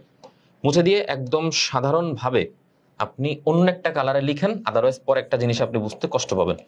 CH3 CH2OSO3H এটা লিখছেন। লেখার পরে আপনি করলেন কি, এই জায়গাতে দিলেন জাস্ট ফর এক্সাম্পল ওয়াটার, আপনি এখানে অ্যাড করছেন। টেম্পারেচার রিকোয়ারমেন্টে আপনি এখানে কত ডিগ্রি বসাচ্ছেন, 170 ডিগ্রি আপনার এখানে যেটা দেওয়া আছে, এবং উইদাউট এনি হেজিটেশন আপনি সেখান থেকে CH2 double bond CH2 plus H2SO4 plus H2O আপনি এখান থেকে বের করে নিয়ে আসছেন, এবং এটাকে আপনি একটা থার্ড ব্র্যাকেটের মধ্যে ইম্পোর্ট দিচ্ছেন। বলেন তো বুঝছেন কিনা? আপনি যে কাজটা এখানে করছেন, এই কাজে বা এই বিক্রিয়াতে সালফিউরিক অ্যাসিডটা, এই যে এই সালফিউরিক অ্যাসিড, সে কি হিসেবে কাজ করছে? সাধারণ চোখের দৃষ্টিতে সে একটা বিক্রিয়ক হিসেবে কাজ করছে, কিন্তু আসলে তা না। এটা বলার সঙ্গে সঙ্গে আপনি চিন্তা করবেন কি, ভাইয়া তাহলে কি সে অ্যাসিড হিসেবে কাজ করছে? না। এখন আপনি বলবেন কেন, সালফিউরিক অ্যাসিড নামেই তো অ্যাসিড আছে, বাট অ্যাসিড হিসেবে কাজ কেন করবে না? সে এখানে কাজ করছে নিরোধক হিসেবে। নিরোধক কি? যারা কোনো যৌগ থেকে পানি বের করে নিয়ে আসে, যারা কোনো যৌগ থেকে পানি বের করে নিয়ে আসে তারা হচ্ছে নিরোধক। সালফিউরিক অ্যাসিডের পাশাপাশি, এটাও আপনি মনে রাখেন, সালফিউরিক অ্যাসিডের পাশাপাশি P2O5 ফসফরাস পেন্টাক্সাইডও নিরোধক হিসেবে কাজ করতে সক্ষম, কিন্তু সালফিউরিক অ্যাসিডের অ্যাক্টিভিটি রেটটা যথেষ্ট পরিমাণের বেশি। এখন আপনি বলতে পারেন যে ভাই আপনি এখানে একটা কথা বলছিলেন যেটা ডিফারেন্ট কালার দিয়ে লিখতে, তাহলে একটা জিনিস বুঝতে আমাদের জন্য সুবিধা হবে। কাহিনীটা কি? কাহিনী হচ্ছে আরেকটা জিনিস, আপনি এখানে CH3 লিখছেন, CH2 লিখছেন, আবার এখানে OSO3H লিখছেন, ঠিক আছে? তারপরে আবার আপনি এখানে লিখতেছেন পানি। লেখার পরে এই জায়গাতে আপনি থামেন, এখন আপনারা যারা এখানে উপস্থিত আছেন, যারা দেখতেছেন, তাদের মধ্যে একটা চিন্তা থাকে কি, আমি এখানে যা লিখছি আগের লাইনে পুরো এ টু জেড হুবহু ডুপ্লিকেট আমি এই জায়গাতে লিখে দিছি। না, একটা জায়গাতে আমি ডিফারেন্স ক্রিয়েট করব। 170 ডিগ্রির জায়গায় আমি এখানে লিখতেছি 140 ডিগ্রি। এইখানে আপনার কি কথা বলে দেওয়া ছিল, এটা এটা কি নেওয়া ছিল আপনার অতিরিক্ত পরিমাণে। এখন আমি আপনাকে বলবো অতিরিক্ত পরিমাণে আপনি এখন এইটা নিতেছেন, বা ভিন্নভাবে যদি বলা সম্ভব, অতিরিক্ত পরিমাণে আপনি অ্যাসিডের পরিবর্তে অ্যালকোহল নিয়ে কাজ করবেন। তখন আপনি সেখান থেকে কি পাবেন?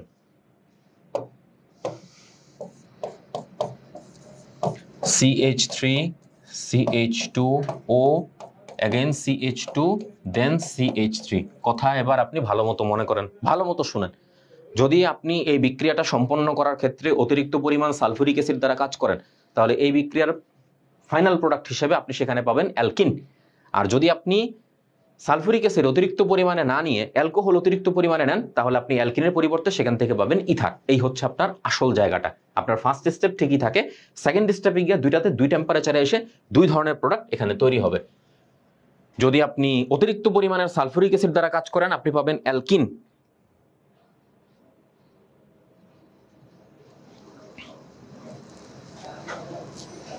যদি অতিরিক্ত পরিমাণের সালফুরিক অ্যাসিড ব্যবহার করেন, তাহলে আপনি পাবেন অ্যালকিন। আর যদি আপনি অতিরিক্ত পরিমাণের অ্যালকোহল ব্যবহার করে থাকেন, সেক্ষেত্রে আপনি পাবেন ইথার। একজন প্রশ্ন করছেন, ভাইয়া অত বোঝানোর সময় নাই। শোনেন ভাই, আপনি অন্য যে কোনো চ্যাপ্টার আপনি কম পড়েন, আপনি পরীক্ষার হলে কোনোভাবে ঠেকায় মেরে দিয়ে আসতে পারবেন। আপনি অর্গানিক ভাই কম তো দূরের কথা, আপনি যদি বেবুজের মতো পইরা গিয়েও পরীক্ষার হলে গিয়ে আপনি কোশ্চেন দেখেন, আমি গ্যারান্টি দিয়ে বলতে পারি আপনি কোশ্চেন বুঝবেন না। এজন্য যতখানি পসিবল মাথা ঠান্ডা রেখা যা পড়ার আপনি পড়া তারপরে যান, আপনার জন্য সেটা সুবিধা হবে। আইসোপ্রোপানলকে পটাশিয়াম ডাইক্রোমেট এবং সালফুরিক অ্যাসিড সহযোগে জারিত করলে উৎপন্ন হয় কি? উত্তর পরে, আগে ভাবেন আইসোপ্রোপানল। এই যে রিক্সে আইসোপ্রোপানল, এটা কি? আগে লেখেন সংকেত।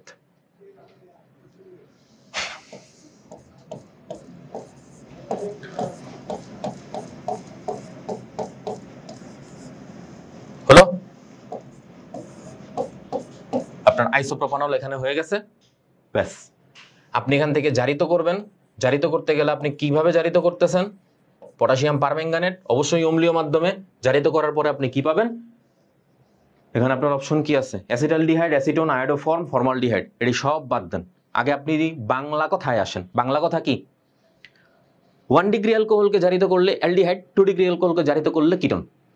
এই কথা যে আপনারে না পড়াইছে, আপনার প্রতিটা টিচার হাতে কলমে ধইরা ঘাড়ে ধরে এটা আপনাকে মুখস্থ করাইছে। এবং এখন আমি বলবো 1 ডিগ্রি অ্যালকোহলকে জারিত করলে কি পাওয়া যাবে? অ্যালডিহাইড। আর 2 ডিগ্রি অ্যালকোহলকে জারিত করলে কি পাওয়া যাবে? কিটোন। এখন আপনি বলেন, আপনি যেটা নিয়ে কাজ করতেছেন এটা কি 1 ডিগ্রি নাকি 2 ডিগ্রি? Definitely 2 degree. এবং যেহেতু আপনি বলতে পারতেছেন এটা একটা 2 ডিগ্রি ফলাফল স্বরূপ, আপনি সেখান থেকে চোখ বন্ধ করে কি পাবেন? কিটোন পাবেন। আপনি খুঁজেন এখানে কোথায় কিটোন আছে।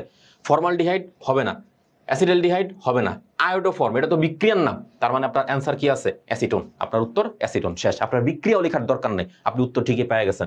যদি আপনি বিক্রিয়া লিখেও থাকেন, তাহলে আপনার কথা এই যে এইটা শেষ, আপনার অ্যাসিটোন। দেখছেন?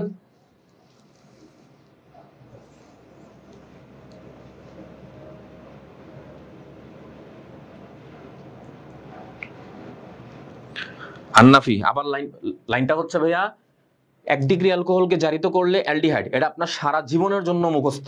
আপনি 1 ডিগ্রি অ্যালকোহলকে জারিত করলে আপনি মইরা যাবেন, আপনি তারপরেও কিটোন পাবেন না, আপনি অ্যালডিহাইডই পাবেন।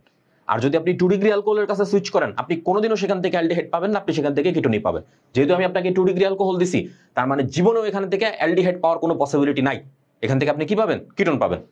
কথা শেষ। আসেন পরেরটায়। গাঢ় নাইট্রিক অ্যাসিড, গাঢ় সালফিউরিক অ্যাসিড। আরো একবার, 1 ডিগ্রি অ্যালকোহলকে জারিত করলে অ্যালডিহাইড, 2 ডিগ্রি অ্যালকোহলকে জারিত করলে কিটোন।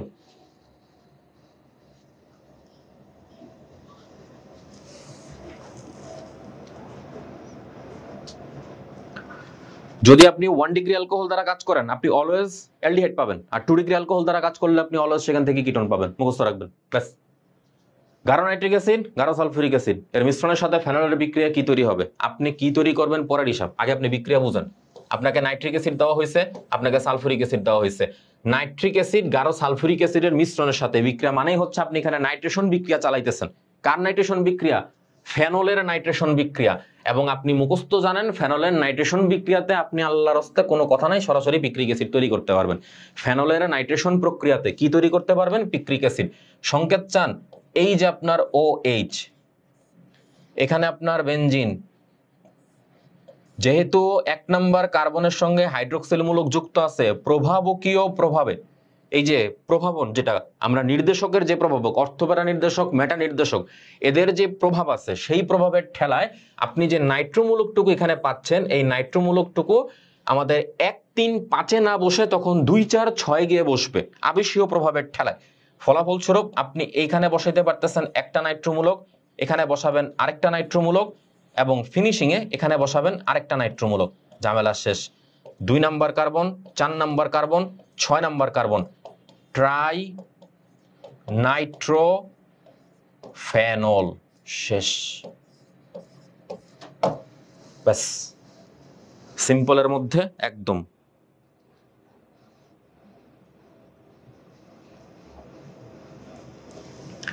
একজন কোশ্চেন করছেন, আচ্ছা ওগুলো হিসাব পরে মিলাচ্ছি। সুন্দর জিনিস দেখে মনে হয় অনেক কঠিন, কিন্তু আসলে ভাই এটি কঠিন না। এটি হইতেছে কি আপনারা যে ভয় পান, এটা হচ্ছে ভয় পাওয়ার ফলাফল, বুঝছেন? HCHO, আরেকটা লেখা হচ্ছে CH3CHO, দুটোই অ্যালডিহাইড কাঠামো, দুটোই। তাহলে আপনি ডিফারেন্সটা কেমনে ক্রিয়েট করবেন, তাই না? আপনার কোশ্চেন বলছে HCHO and CH3CHO, এই দুটোর মধ্যে আপনি কিভাবে ডিফারেন্স ক্রিয়েট করবেন। অথচ আপনি শিখছেন কি, টলেন বিকারক এবং ফেলিন দ্রবণের মাধ্যমে আপনি অ্যালডিহাইড আর কিটোনের শনাক্তকরণ করতে পারেন। কিন্তু সমস্যা হইতেছে আপনার এখানে আছে কে? দুটোই কি অ্যালডিহাইড। তাহলে অ্যালডিহাইডকে আপনি কিভাবে আইডেন্টিফাই করবেন? এবং তাও কি, একটাতে হচ্ছে কার্বন সংখ্যা একটা আছে, একটাতে কার্বন সংখ্যা নাই।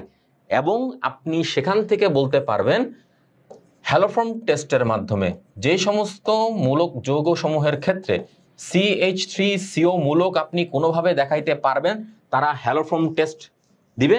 আর যদি না থাকে তাহলে হ্যালোফর্ম টেস্ট দিবে না। এবং হ্যালোফর্ম যেহেতু এখানে নাই, আপনার হাতে অপশন হচ্ছে আয়োডোফর্ম। সো খুঁজে নেন আয়োডোফর্ম কোথাও আছে কিনা। টলেন রিয়েজেন্ট হবে না, নিনহাইড্রিন হবে না, কার্বিলেমিন তো প্রশ্নই আসে না, ওটা হচ্ছে আমাদের অ্যামিনের জন্য। তাহলে আপনার হাতে একমাত্র অপশন হচ্ছে আয়োডোফর্ম টেস্ট। যদিও অ্যাকচুয়ালি ছিল হ্যালোফর্ম, বাট ওটা হয়ে গেছে কি আয়োডোফর্ম। ঠিক আছে?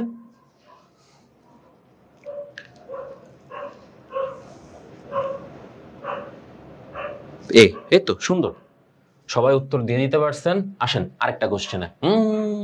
আচ্ছা, আবার আমি আগেরটায় আসি। এই বলেন তো, এই যে এখানে আপনি বলতেছেন অ্যালডিহাইড বলছেন না, আবার আপনি এটা কি বলছেন? অ্যালডিহাইড। 2 অ্যালডিহাইডের মধ্যে ডিফারেন্স। এবার আপনি বলেন এটা কি 2টা অ্যালডিহাইড নাকি একটা অ্যালডিহাইড একটা কিটোন? অ্যান্সার দেন। এটা হচ্ছে একটা অ্যালডিহাইড আর এটা কি একটা কিটোন। এখন আমাকে বলেন অ্যালডিহাইড আর কিটোনের মধ্যে আপনি ডিফারেন্স কার মাধ্যমে দিবেন? মাত্র কি অ্যান্সার বলছিলাম না, টলেন বিকারক অর কি ফেলিং দ্রবণ। দিস আপনি দেখেন, গুইনা দেখেন, কোশ্চেন আসছে যে আসছে, হিসাব ছাড়া কোশ্চেন আসছে এখান থেকে। এটাকে আর আপনার এখানে করে দেওয়ার দরকার আছে? আন্নাফি বুঝেন নাই? আগের বার এই যে এটা আমি আবার বলে দিচ্ছি, কারণ এগুলো হইতেছে কি একদম ভাইটাল জায়গা থেকে কোশ্চেন যেভাবে আসে। এটা হচ্ছে 2 অ্যালডিহাইড, 2 অ্যালডিহাইডের মধ্যে আপনি যেভাবে আইডেন্টিফাই করছেন সেটা হচ্ছে আমাদের আয়োডোফর্ম টেস্ট দ্বারা। অ্যালডিহাইড 2টোই ছিল, আপনি আয়োডোফর্ম টেস্ট দ্বারা হচ্ছে এখানে আইডেন্টিফাই করছেন। বাট দিস টাইম এখানে একটা হচ্ছে অ্যালডিহাইড আর একটা হচ্ছে কিটোন। এবং আপনি জানেন অ্যালডিহাইড এবং কিটোনের পার্থক্যকরণ বিক্রিয়া আপনি ডেফিনেটলি হচ্ছে টলেন বিকারক অর ফেলিং দ্রবণ দ্বারা করতে পারেন। এবং এই যে এটা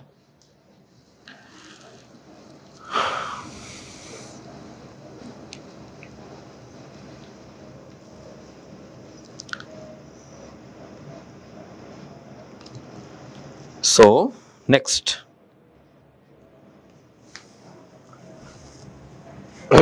কোন অ্যাসিডটির অনুবন্ধী ক্ষারক সবচেয়ে দুর্বল? ব্যাস আসছে 22-23। টপিকটা নেওয়ার কারণ আছে, অন্য কারণ। আমি উত্তর দিব পরে, প্রশ্ন লেখা তো বুঝছেন, আমি কোনো প্রশ্ন ডিরেক্ট অ্যান্সার না দিয়ে ওইটার ইন ডিটেলসে বইলা তার আগে পিছে কি কি আছে ওইগুলো আমি বইলা তারপরে গেছি। আপনি যেই কোন অ্যাসিডটির অনুবন্ধী ক্ষারক সবচেয়ে দুর্বল বলতেছেন, কার ক্ষারক দুর্বল হয়? যেটা সবচেয়ে বেশি শক্তিশালী। তার মানে আপনার খুঁজে বের করতে হবে এই 4টার মধ্যে কোনটা সর্বাধিক পরিমাণে শক্তিশালী। এবার প্রশ্ন বুঝছেন? আপনাকে প্রশ্ন করছে নিচের কোন অ্যাসিডটির অনুবন্ধী ক্ষারক সবচেয়ে দুর্বল হবে। অনুবন্ধী ক্ষারক সবচেয়ে দুর্বল হবে কার? যেই অ্যাসিডটা তখন শক্তিশালী হবে। এখন অ্যাসিড শক্তিশালী কে হবে বলেন? এ বি সি ডি এই চারটার মধ্যে কোন অ্যাসিড সর্বাধিক পরিমাণে শক্তিশালী? অ্যান্সার দেন, জলদি অ্যান্সার দেন, বলেন।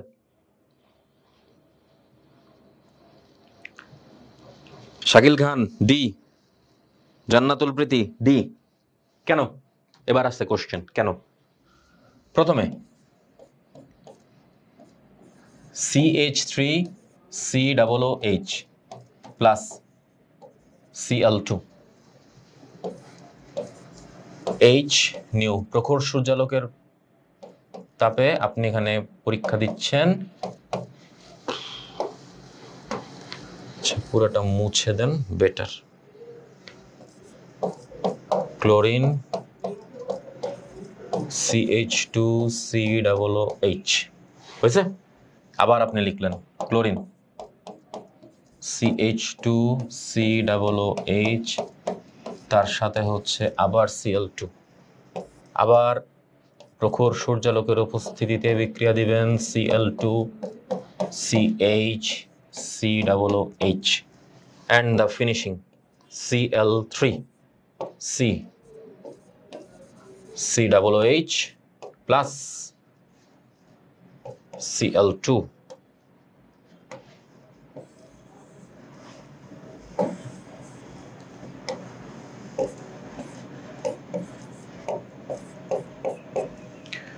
এবং ফিনিশিং এ আপনি এখানে পাচ্ছেন CCl3 COOH। আপনি যে তিনটা বিক্রিয়া এখানে আমাকে দেখাইছেন, এই তিনটা বিক্রিয়াকে সমন্বিতভাবে একসাথে নাম দেওয়া হয়েছে হেল-ভোলহার্ট-জেলেনস্কি রিঅ্যাকশন। আপনি আপনার বইতে বিভিন্ন প্রকার যে নামানুযায়ী বিক্রিয়া পাইছেন, উডস বিক্রিয়া, উডস-পেটিক বিক্রিয়া, গ্রিগনার্ড বিকারক, লুকাস রিয়েজেন্ট, কিংবা ইটার্ড বিক্রিয়া, লিবারম্যান পরীক্ষা, কিংবা মার্কনিকভ, বিপরীত মার্কনিকভ, ব্রোমিন দ্রবণ, বেয়ার পরীক্ষা, টলেন বিকারক, ফেলিং দ্রবণ, এরকম নামানুযায়ী এরকম একটা বিক্রিয়ার নাম হচ্ছে হেল-ভোলহার্ট-জেলেনস্কি রিঅ্যাকশন। হেল-ভোলহার্ট-জেলেনস্কি রিঅ্যাকশন আপনাকে দেখানো হচ্ছে কোন অ্যাসিডটা সর্বাধিক পরিমাণে শক্তিশালী হবে। এখানে একটা তীব্রতরে ঋণাত্মক মৌলের উপস্থিতির কারণে এই অ্যাসিডের তুলনায় এর অ্যাসিডীয় মাত্রা বৃদ্ধি পায়। এখানে একটা ক্লোরিন, বাট এখানে ক্লোরিন কয়টা? দুইটা। ফলাফলস্বরূপ তার অ্যাসিডীয় মাত্রা আরো বাড়ে, অ্যান্ড ফিনিশিং টাচে তার অ্যাসিডীয় মাত্রা সর্বাধিক পরিমাণে বৃদ্ধি পায়। তার মানে এই ডি নাম্বার অপশনটুকুতে যে অ্যাসিডটা আপনি পাচ্ছেন, এই অ্যাসিড হবে সর্বাধিক পরিমাণে শক্তিশালী এবং তার অনুবন্ধী অ্যাসিড হবে সবচেয়ে বেশি পরিমাণ দুর্বল। এবার বলেন অ্যান্সার বুঝছেন কিনা?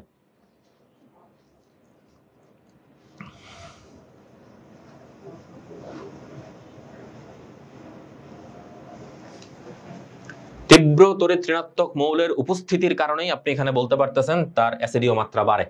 অ্যামিনের ক্ষারকত্বের সঠিক ক্রম, ভাই আল্লাহর দুনিয়ার, আপনি সব কিছুর ক্ষেত্রে তার মাত্রা, তার স্থায়িত্বতা সবকিছু দেখতে গেলে হয় 1 দিয়া নয় 3 দিয়া শুরু করবেন, কিন্তু শুধুমাত্র অ্যামিনের বেলা সেটা হচ্ছে 2 ডিগ্রি আগে। কথা শেষ। আপনি 2 ডিগ্রি খুঁজে বের করেন কই? 1 নম্বর অপশনে অ্যান্সার শেষ।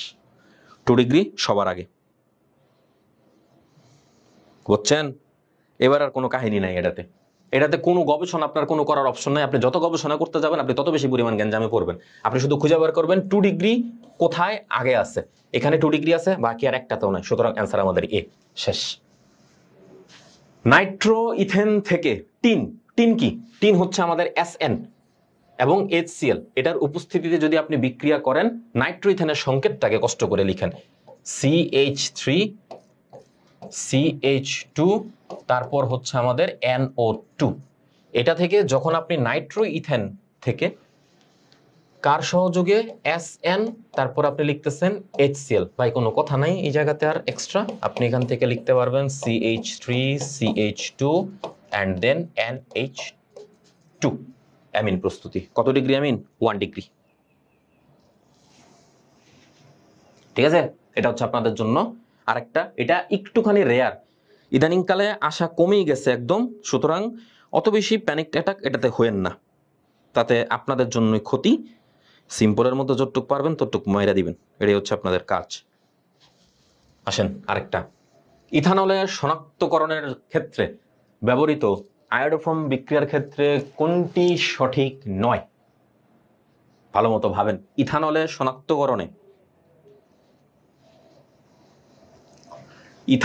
শনাক্তকরণে আয়োডোফর্ম বিক্রিয়া, আয়োডোফর্ম টেস্ট সে দিবে, আয়োডোফর্ম টেস্ট যে সে দিচ্ছে এটার ক্ষেত্রে কোনটা সঠিক হবে না? সঠিক হবে না একদম শুরুর অপশনে বি নাম্বার, আয়োডিনের সঙ্গে সে বিক্রিয়া করবে। আয়োডোফর্ম টেস্ট আয়োডিনের সঙ্গে বিক্রিয়া না করলে কি হবে? 60 ডিগ্রি সেলসিয়াস তাপমাত্রায় করবে, এটা একদম ফিক্সড। হলুদ বর্ণের পদক্ষেপ সে তৈরি করবে। শুধুমাত্র এই 1 নাম্বার অপশনটা ক্ষারের সঙ্গে তার বিক্রিয়া, এইটা শুধুমাত্র এটাই একমাত্র হবে না। এটা ছাড়া বাদ বাকি সব অপশন এটা। যদি আপনারা এটা না পড়ে থাকেন বা আয়োডোফর্ম টেস্টের ব্যাপারে যদি আপনাদের কনফিউশন থেকে থাকে সেক্ষেত্রে আপনারা অ্যাভয়েড করেন। বাট একজন আমাকে এখানে লিখছেন পড়ি নেই কখনোই এই কথাটুকুর যেহেতু বলছেন, এটা কোনটা পড়েন নাই তা তো বুঝে নেই, মনে হয় আমি নেটটাই বলছেন।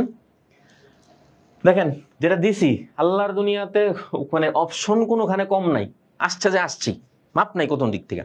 বিক্রিয়া কি? নিম্নোক্ত কোনটি অ্যালডোল বিক্রিয়া দিবে? অন্য কালার নেই, লাল কালি দিয়ে তো দেওয়া আছে। অ্যালডোল, কোনটি অ্যালডোল বিক্রিয়া দিবে? ভাই অ্যালডোল বিক্রিয়া দেওয়ার জন্য শর্ত হচ্ছে আলফা হাইড্রোজেন থাকতে হবে, কথা শেষ। এই যে একটাই সূত্র। আপনি বিক্রিয়া পড়েন না, আমার কোনো আপত্তি নেই, আমি একটা কথাও বলবো না, জাস্ট আপনি মনে রাখেন অ্যালডোল ঘনীভবন বিক্রিয়া দেওয়ার শর্ত হচ্ছে আলফা হাইড্রোজেন থাকতে হবে। ক্যানিজারো বিক্রিয়া শর্ত হচ্ছে আলফা হাইড্রোজেন থাকা যাবে না। আর হ্যালোফর্ম বিক্রিয়া শর্ত হচ্ছে CH3CU মূলক থাকতে হবে। এই তিনটা নাম আবার বলতেছি, অ্যালডোল ঘনীভবন বিক্রিয়া শর্ত আলফা হাইড্রোজেন থাকতে হবে। যদি আপনি ক্যানিজারো বিক্রিয়া বলেন তার মানে অ্যালডোল ঘনীভবন বিক্রিয়া ঠিক তার অপোজিটটা, মানে আলফা হাইড্রোজেন থাকা যাবে না। আর যখন আপনি বলবেন হ্যালোফর্ম বিক্রিয়া তার মানে CH3CU মূলক থাকতে হবে। এখন আপনি খুঁজে বের করবেন কোথায় আপনার আছে আলফা হাইড্রোজেন, একটা একটা করে খুঁজে বের করে দেখাই, তাহলে আপনাদের জন্য প্র্যাকটিস হবে। HCHO, আপনি যখন HCHO বলতেছেন এটা হইতেছে আমাদের কার্যকরী মূলক। কার্যকরী মূলক সংশ্লিষ্ট যে হাইড্রোজেন, কার্যকরী মূলক সংশ্লিষ্ট কার্বনকে আপনি নাম দিতে পারতেন আলফা কার্বন। আলফা কার্বনই নাই, আলফা হাইড্রোজেন থাকবে কোত্থেকে? সুতরাং সে দিবে না। C6H5CHO এখানে নাই। CH3CHO এটা হচ্ছে আমাদের কার্যকরী মূলক, এটা হচ্ছে আমাদের আলফা কার্বন, আর এটা হচ্ছে আমাদের আলফা হাইড্রোজেন। সুতরাং আমাদের অ্যান্সার সি। বলেন বুঝছেন কিনা?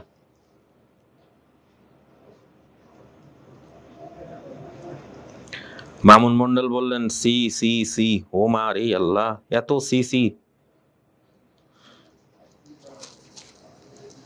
আচ্ছা লাস্ট,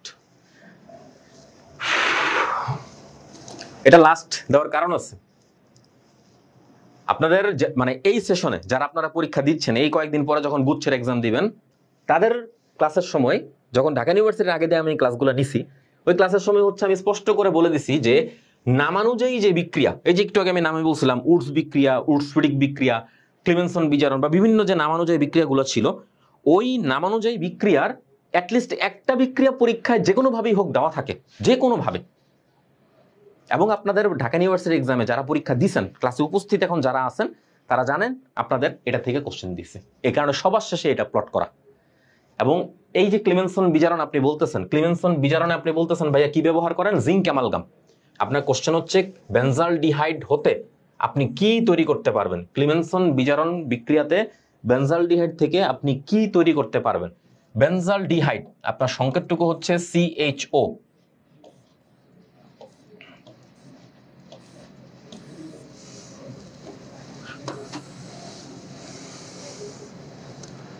এখান থেকে আপনি কি ব্যবহার করতেছেন? এখানে zinc amalgam, zinc dot mercury HCl। কথা আরেকটু আছে, একটু পরে বলতেছি। এখান থেকে আপনি সরাসরি তৈরি করতে পারবেন কি? টলুইন। ঝামেলা শেষ। এই যে আপনি কাজটা করছেন, টলুইন আপনি লিখছেন, আপনি ব্যবহার করছেন কি? Zinc amalgam. কিন্তু আপনি যদি এখানে একজনে কি বললেন? B benzoic acid, impossible. আপনি বেনজোইক অ্যাসিড পাইতে গেলে ডেফিনেটলি এটাকে জারিত অবস্থায় কনভার্ট করতে হবে। আপনি CHO থেকে COOH এ কনভার্ট করতেছেন, আপনি অবশ্যই এটা এই ক্লিমেনসন বিজারণ প্রক্রিয়াতে আপনি জীবনেও পারবেন না। ঠিক আছে, এতটুকু অন্তত মাথায় রাখেন। আপনি একটা লাইন, এই যে আমরা বলি অ্যালকোহলকে জারিত করলে অ্যালডিহাইড, অ্যালডিহাইডকে জারিত করলে অ্যাসিড। এখন আপনি এইখানে লেখা তার কি বিক্রিয়া? বিজারণ। বিজারণে কি জীবনে অ্যালডিহাইড থেকে অ্যাসিডে যাবে? এটা তো সেন্সের কোশ্চেন, একটা সেন্স হয়ে গেল, মানে আপনার আলটিমেটলি কি হলো? আপনার সেন্সটুকু এখানে কাজ করলো না। আপনি এখানে এটা লিখছেন, এটা কি ব্যবহার করছেন? Zinc amalgam. ইন কেস আপনাকে আমি সোডিয়াম অ্যামালগাম ব্যবহার করতে বললাম, তাহলে সংকেত হইতো NaHG এবং তারপর আপনি লিখতেন H2O। ঠিক আছে?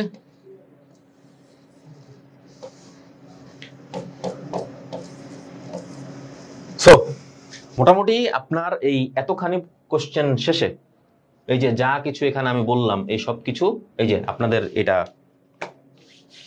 যা কিছু এখানে আসে, মোটামুটি যা কিছু এখানে সাজানো, তা সব কিছু হচ্ছে আপনার এই হিসাব সাপেক্ষে। এখন আপনারা মনে করেন আপনাদেরকে যা যা কিছু এখানে বলে দেওয়া সবকিছু হচ্ছে বেসিক্যালি ইন শর্টে আপনারা এক্সামে কি দেখে যাবেন, পুরা অর্গানিকটারে ইন শর্টে আপনার সামনে হাজির করা। আপনি শুধু যে যে টপিকগুলো আপনার আমি ধরায় দিছি, প্রতিটা টপিকের ইন ডিটেলস পড়ে কোশ্চেন ফেস করে আপনি যদি এক্সাম হলে যান, আশা করতে পারি আপনাদের এর বেশি আর কোনো প্রবলেম হবে না। এবং আপনাদেরকে আরেকটা জিনিস মনে করা দাও, যেটা আমি শুরুতে বলছি, আমাদের যেই গুচ্ছ মডেল টেস্টের এবং চূড়ান্ত সাজেশন যে দুটো আছে, এই দুটো জিনিস ডেফিনেটলি আপনার অবশ্যই ভালোভাবে, যদি আপনাদের কালেকশন না থাকে স্টিল নাও আপনারা একটুখানি কালেক্ট করে নেবেন, ওগুলো পরিপূর্ণভাবে প্র্যাকটিস করে দেন আপনি এক্সাম হল পর্যন্ত যাবেন। এখন আপনারা বলুন, এতক্ষণ পর্যন্ত যা যা আপনি এখানে ফেস করছেন, ধরেন এই যে আপনার এখান থেকে যত কিছু স্লাইড এখানে আপনি পাইছেন, প্রতিটা স্লাইডের এগুলো তো হচ্ছে সব এরকম ব্যাখ্যাটাকে এখানে দেওয়া আছে। এই প্রতিটা স্লাইডের মধ্যে কোনোটাতে আপনার কোনো কোশ্চেন আর আছে থাকার কথা না। প্রতিটা টপিক, প্রতিটা কোশ্চেন আমি ইন ডিটেলসে আপনাদের আলোচনা করে দেখাইছি। এখন বলেন, আপনাদের কোনো সমস্যা আছে?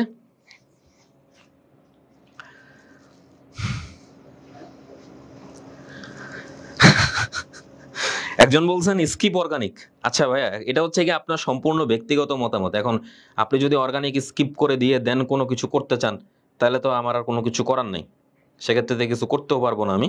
এটা সম্পূর্ণ আপনার ব্যক্তিগত ইচ্ছা। সো নাও,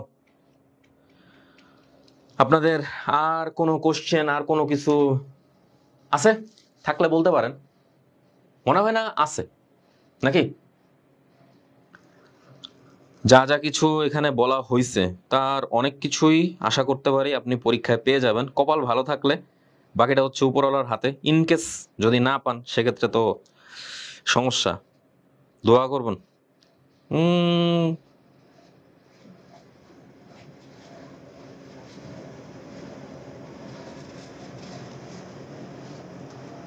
ঠিক আছে, লাস্ট প্রশ্নটা আবার লাস্ট কোশ্চেনে আপনাদেরকে কি বলা হয়েছে এখানে? ক্লিমেনসন বিজারণ। ক্লিমেনসন বিজারণে আপনাদেরকে বলে দেওয়া হয়েছিল, ওই এটা কি আসলো, ক্লিমেনসন বিজারণে আপনি সবসময় হচ্ছে বেনজালডিহাইড থেকে, ক্লিমেনসন বিজারণে আপনি সবসময় হচ্ছে জিঙ্ক অ্যামালগাম ব্যবহার করবেন, এবং সেখান থেকে আপনি বেসিক্যালি ক্লিমেনসন বিজারণের সিস্টেমটা হচ্ছে, আপনি যখন হচ্ছে এখানে ডাবল বন্ডকে সেট করবেন, ঠিক আছে, ডাবল বন্ডকে সেট করে তারপর সেখান থেকে হচ্ছে কি আপনি মিথিলিন মূলকে কনভার্ট করতে পারবেন। এটা হচ্ছে আপনার রুলস। মিথিলিন মূলকে কনভার্ট করবেন মানে আপনি অক্সিজেনটাকে অপসারণ করবেন, এরপরে গিয়ে আপনার যা কাজকর্ম এখানে আসে।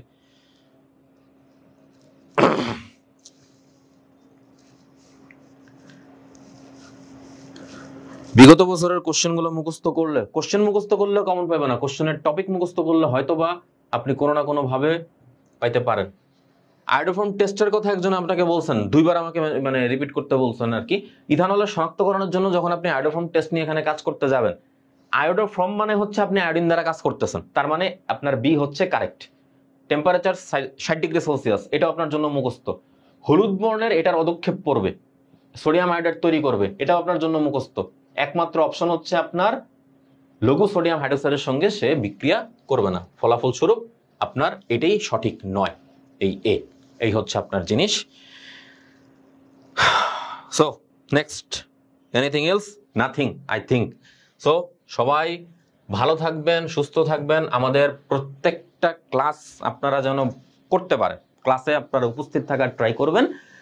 এবং আজকে যেমন সরব উপস্থিতি সবার মধ্যে ছিল, আচ্ছা এই যে আপনাদের এই অ্যাংরি রিয়াকশন এগুলোতে দেওয়ার দরকার নাই, ঠিক আছে? আপনাদের সরব উপস্থিতি যেমন ছিল, এটা যেন আপনাদের প্রতিটা ক্লাসেই থাকে, ঠিক আছে?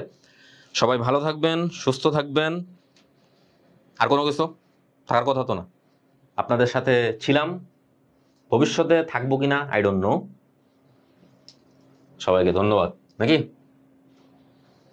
আসসালামু আলাইকুম সবাইকে, সবাই ভালো থাকবেন, সুস্থ থাকবেন এবং গুচ্ছের পরীক্ষা সর্বাধিক পরিমাণ ভালো সহকারে দিতে চেষ্টা করবেন সবাই। ঠিক আছে, ধন্যবাদ।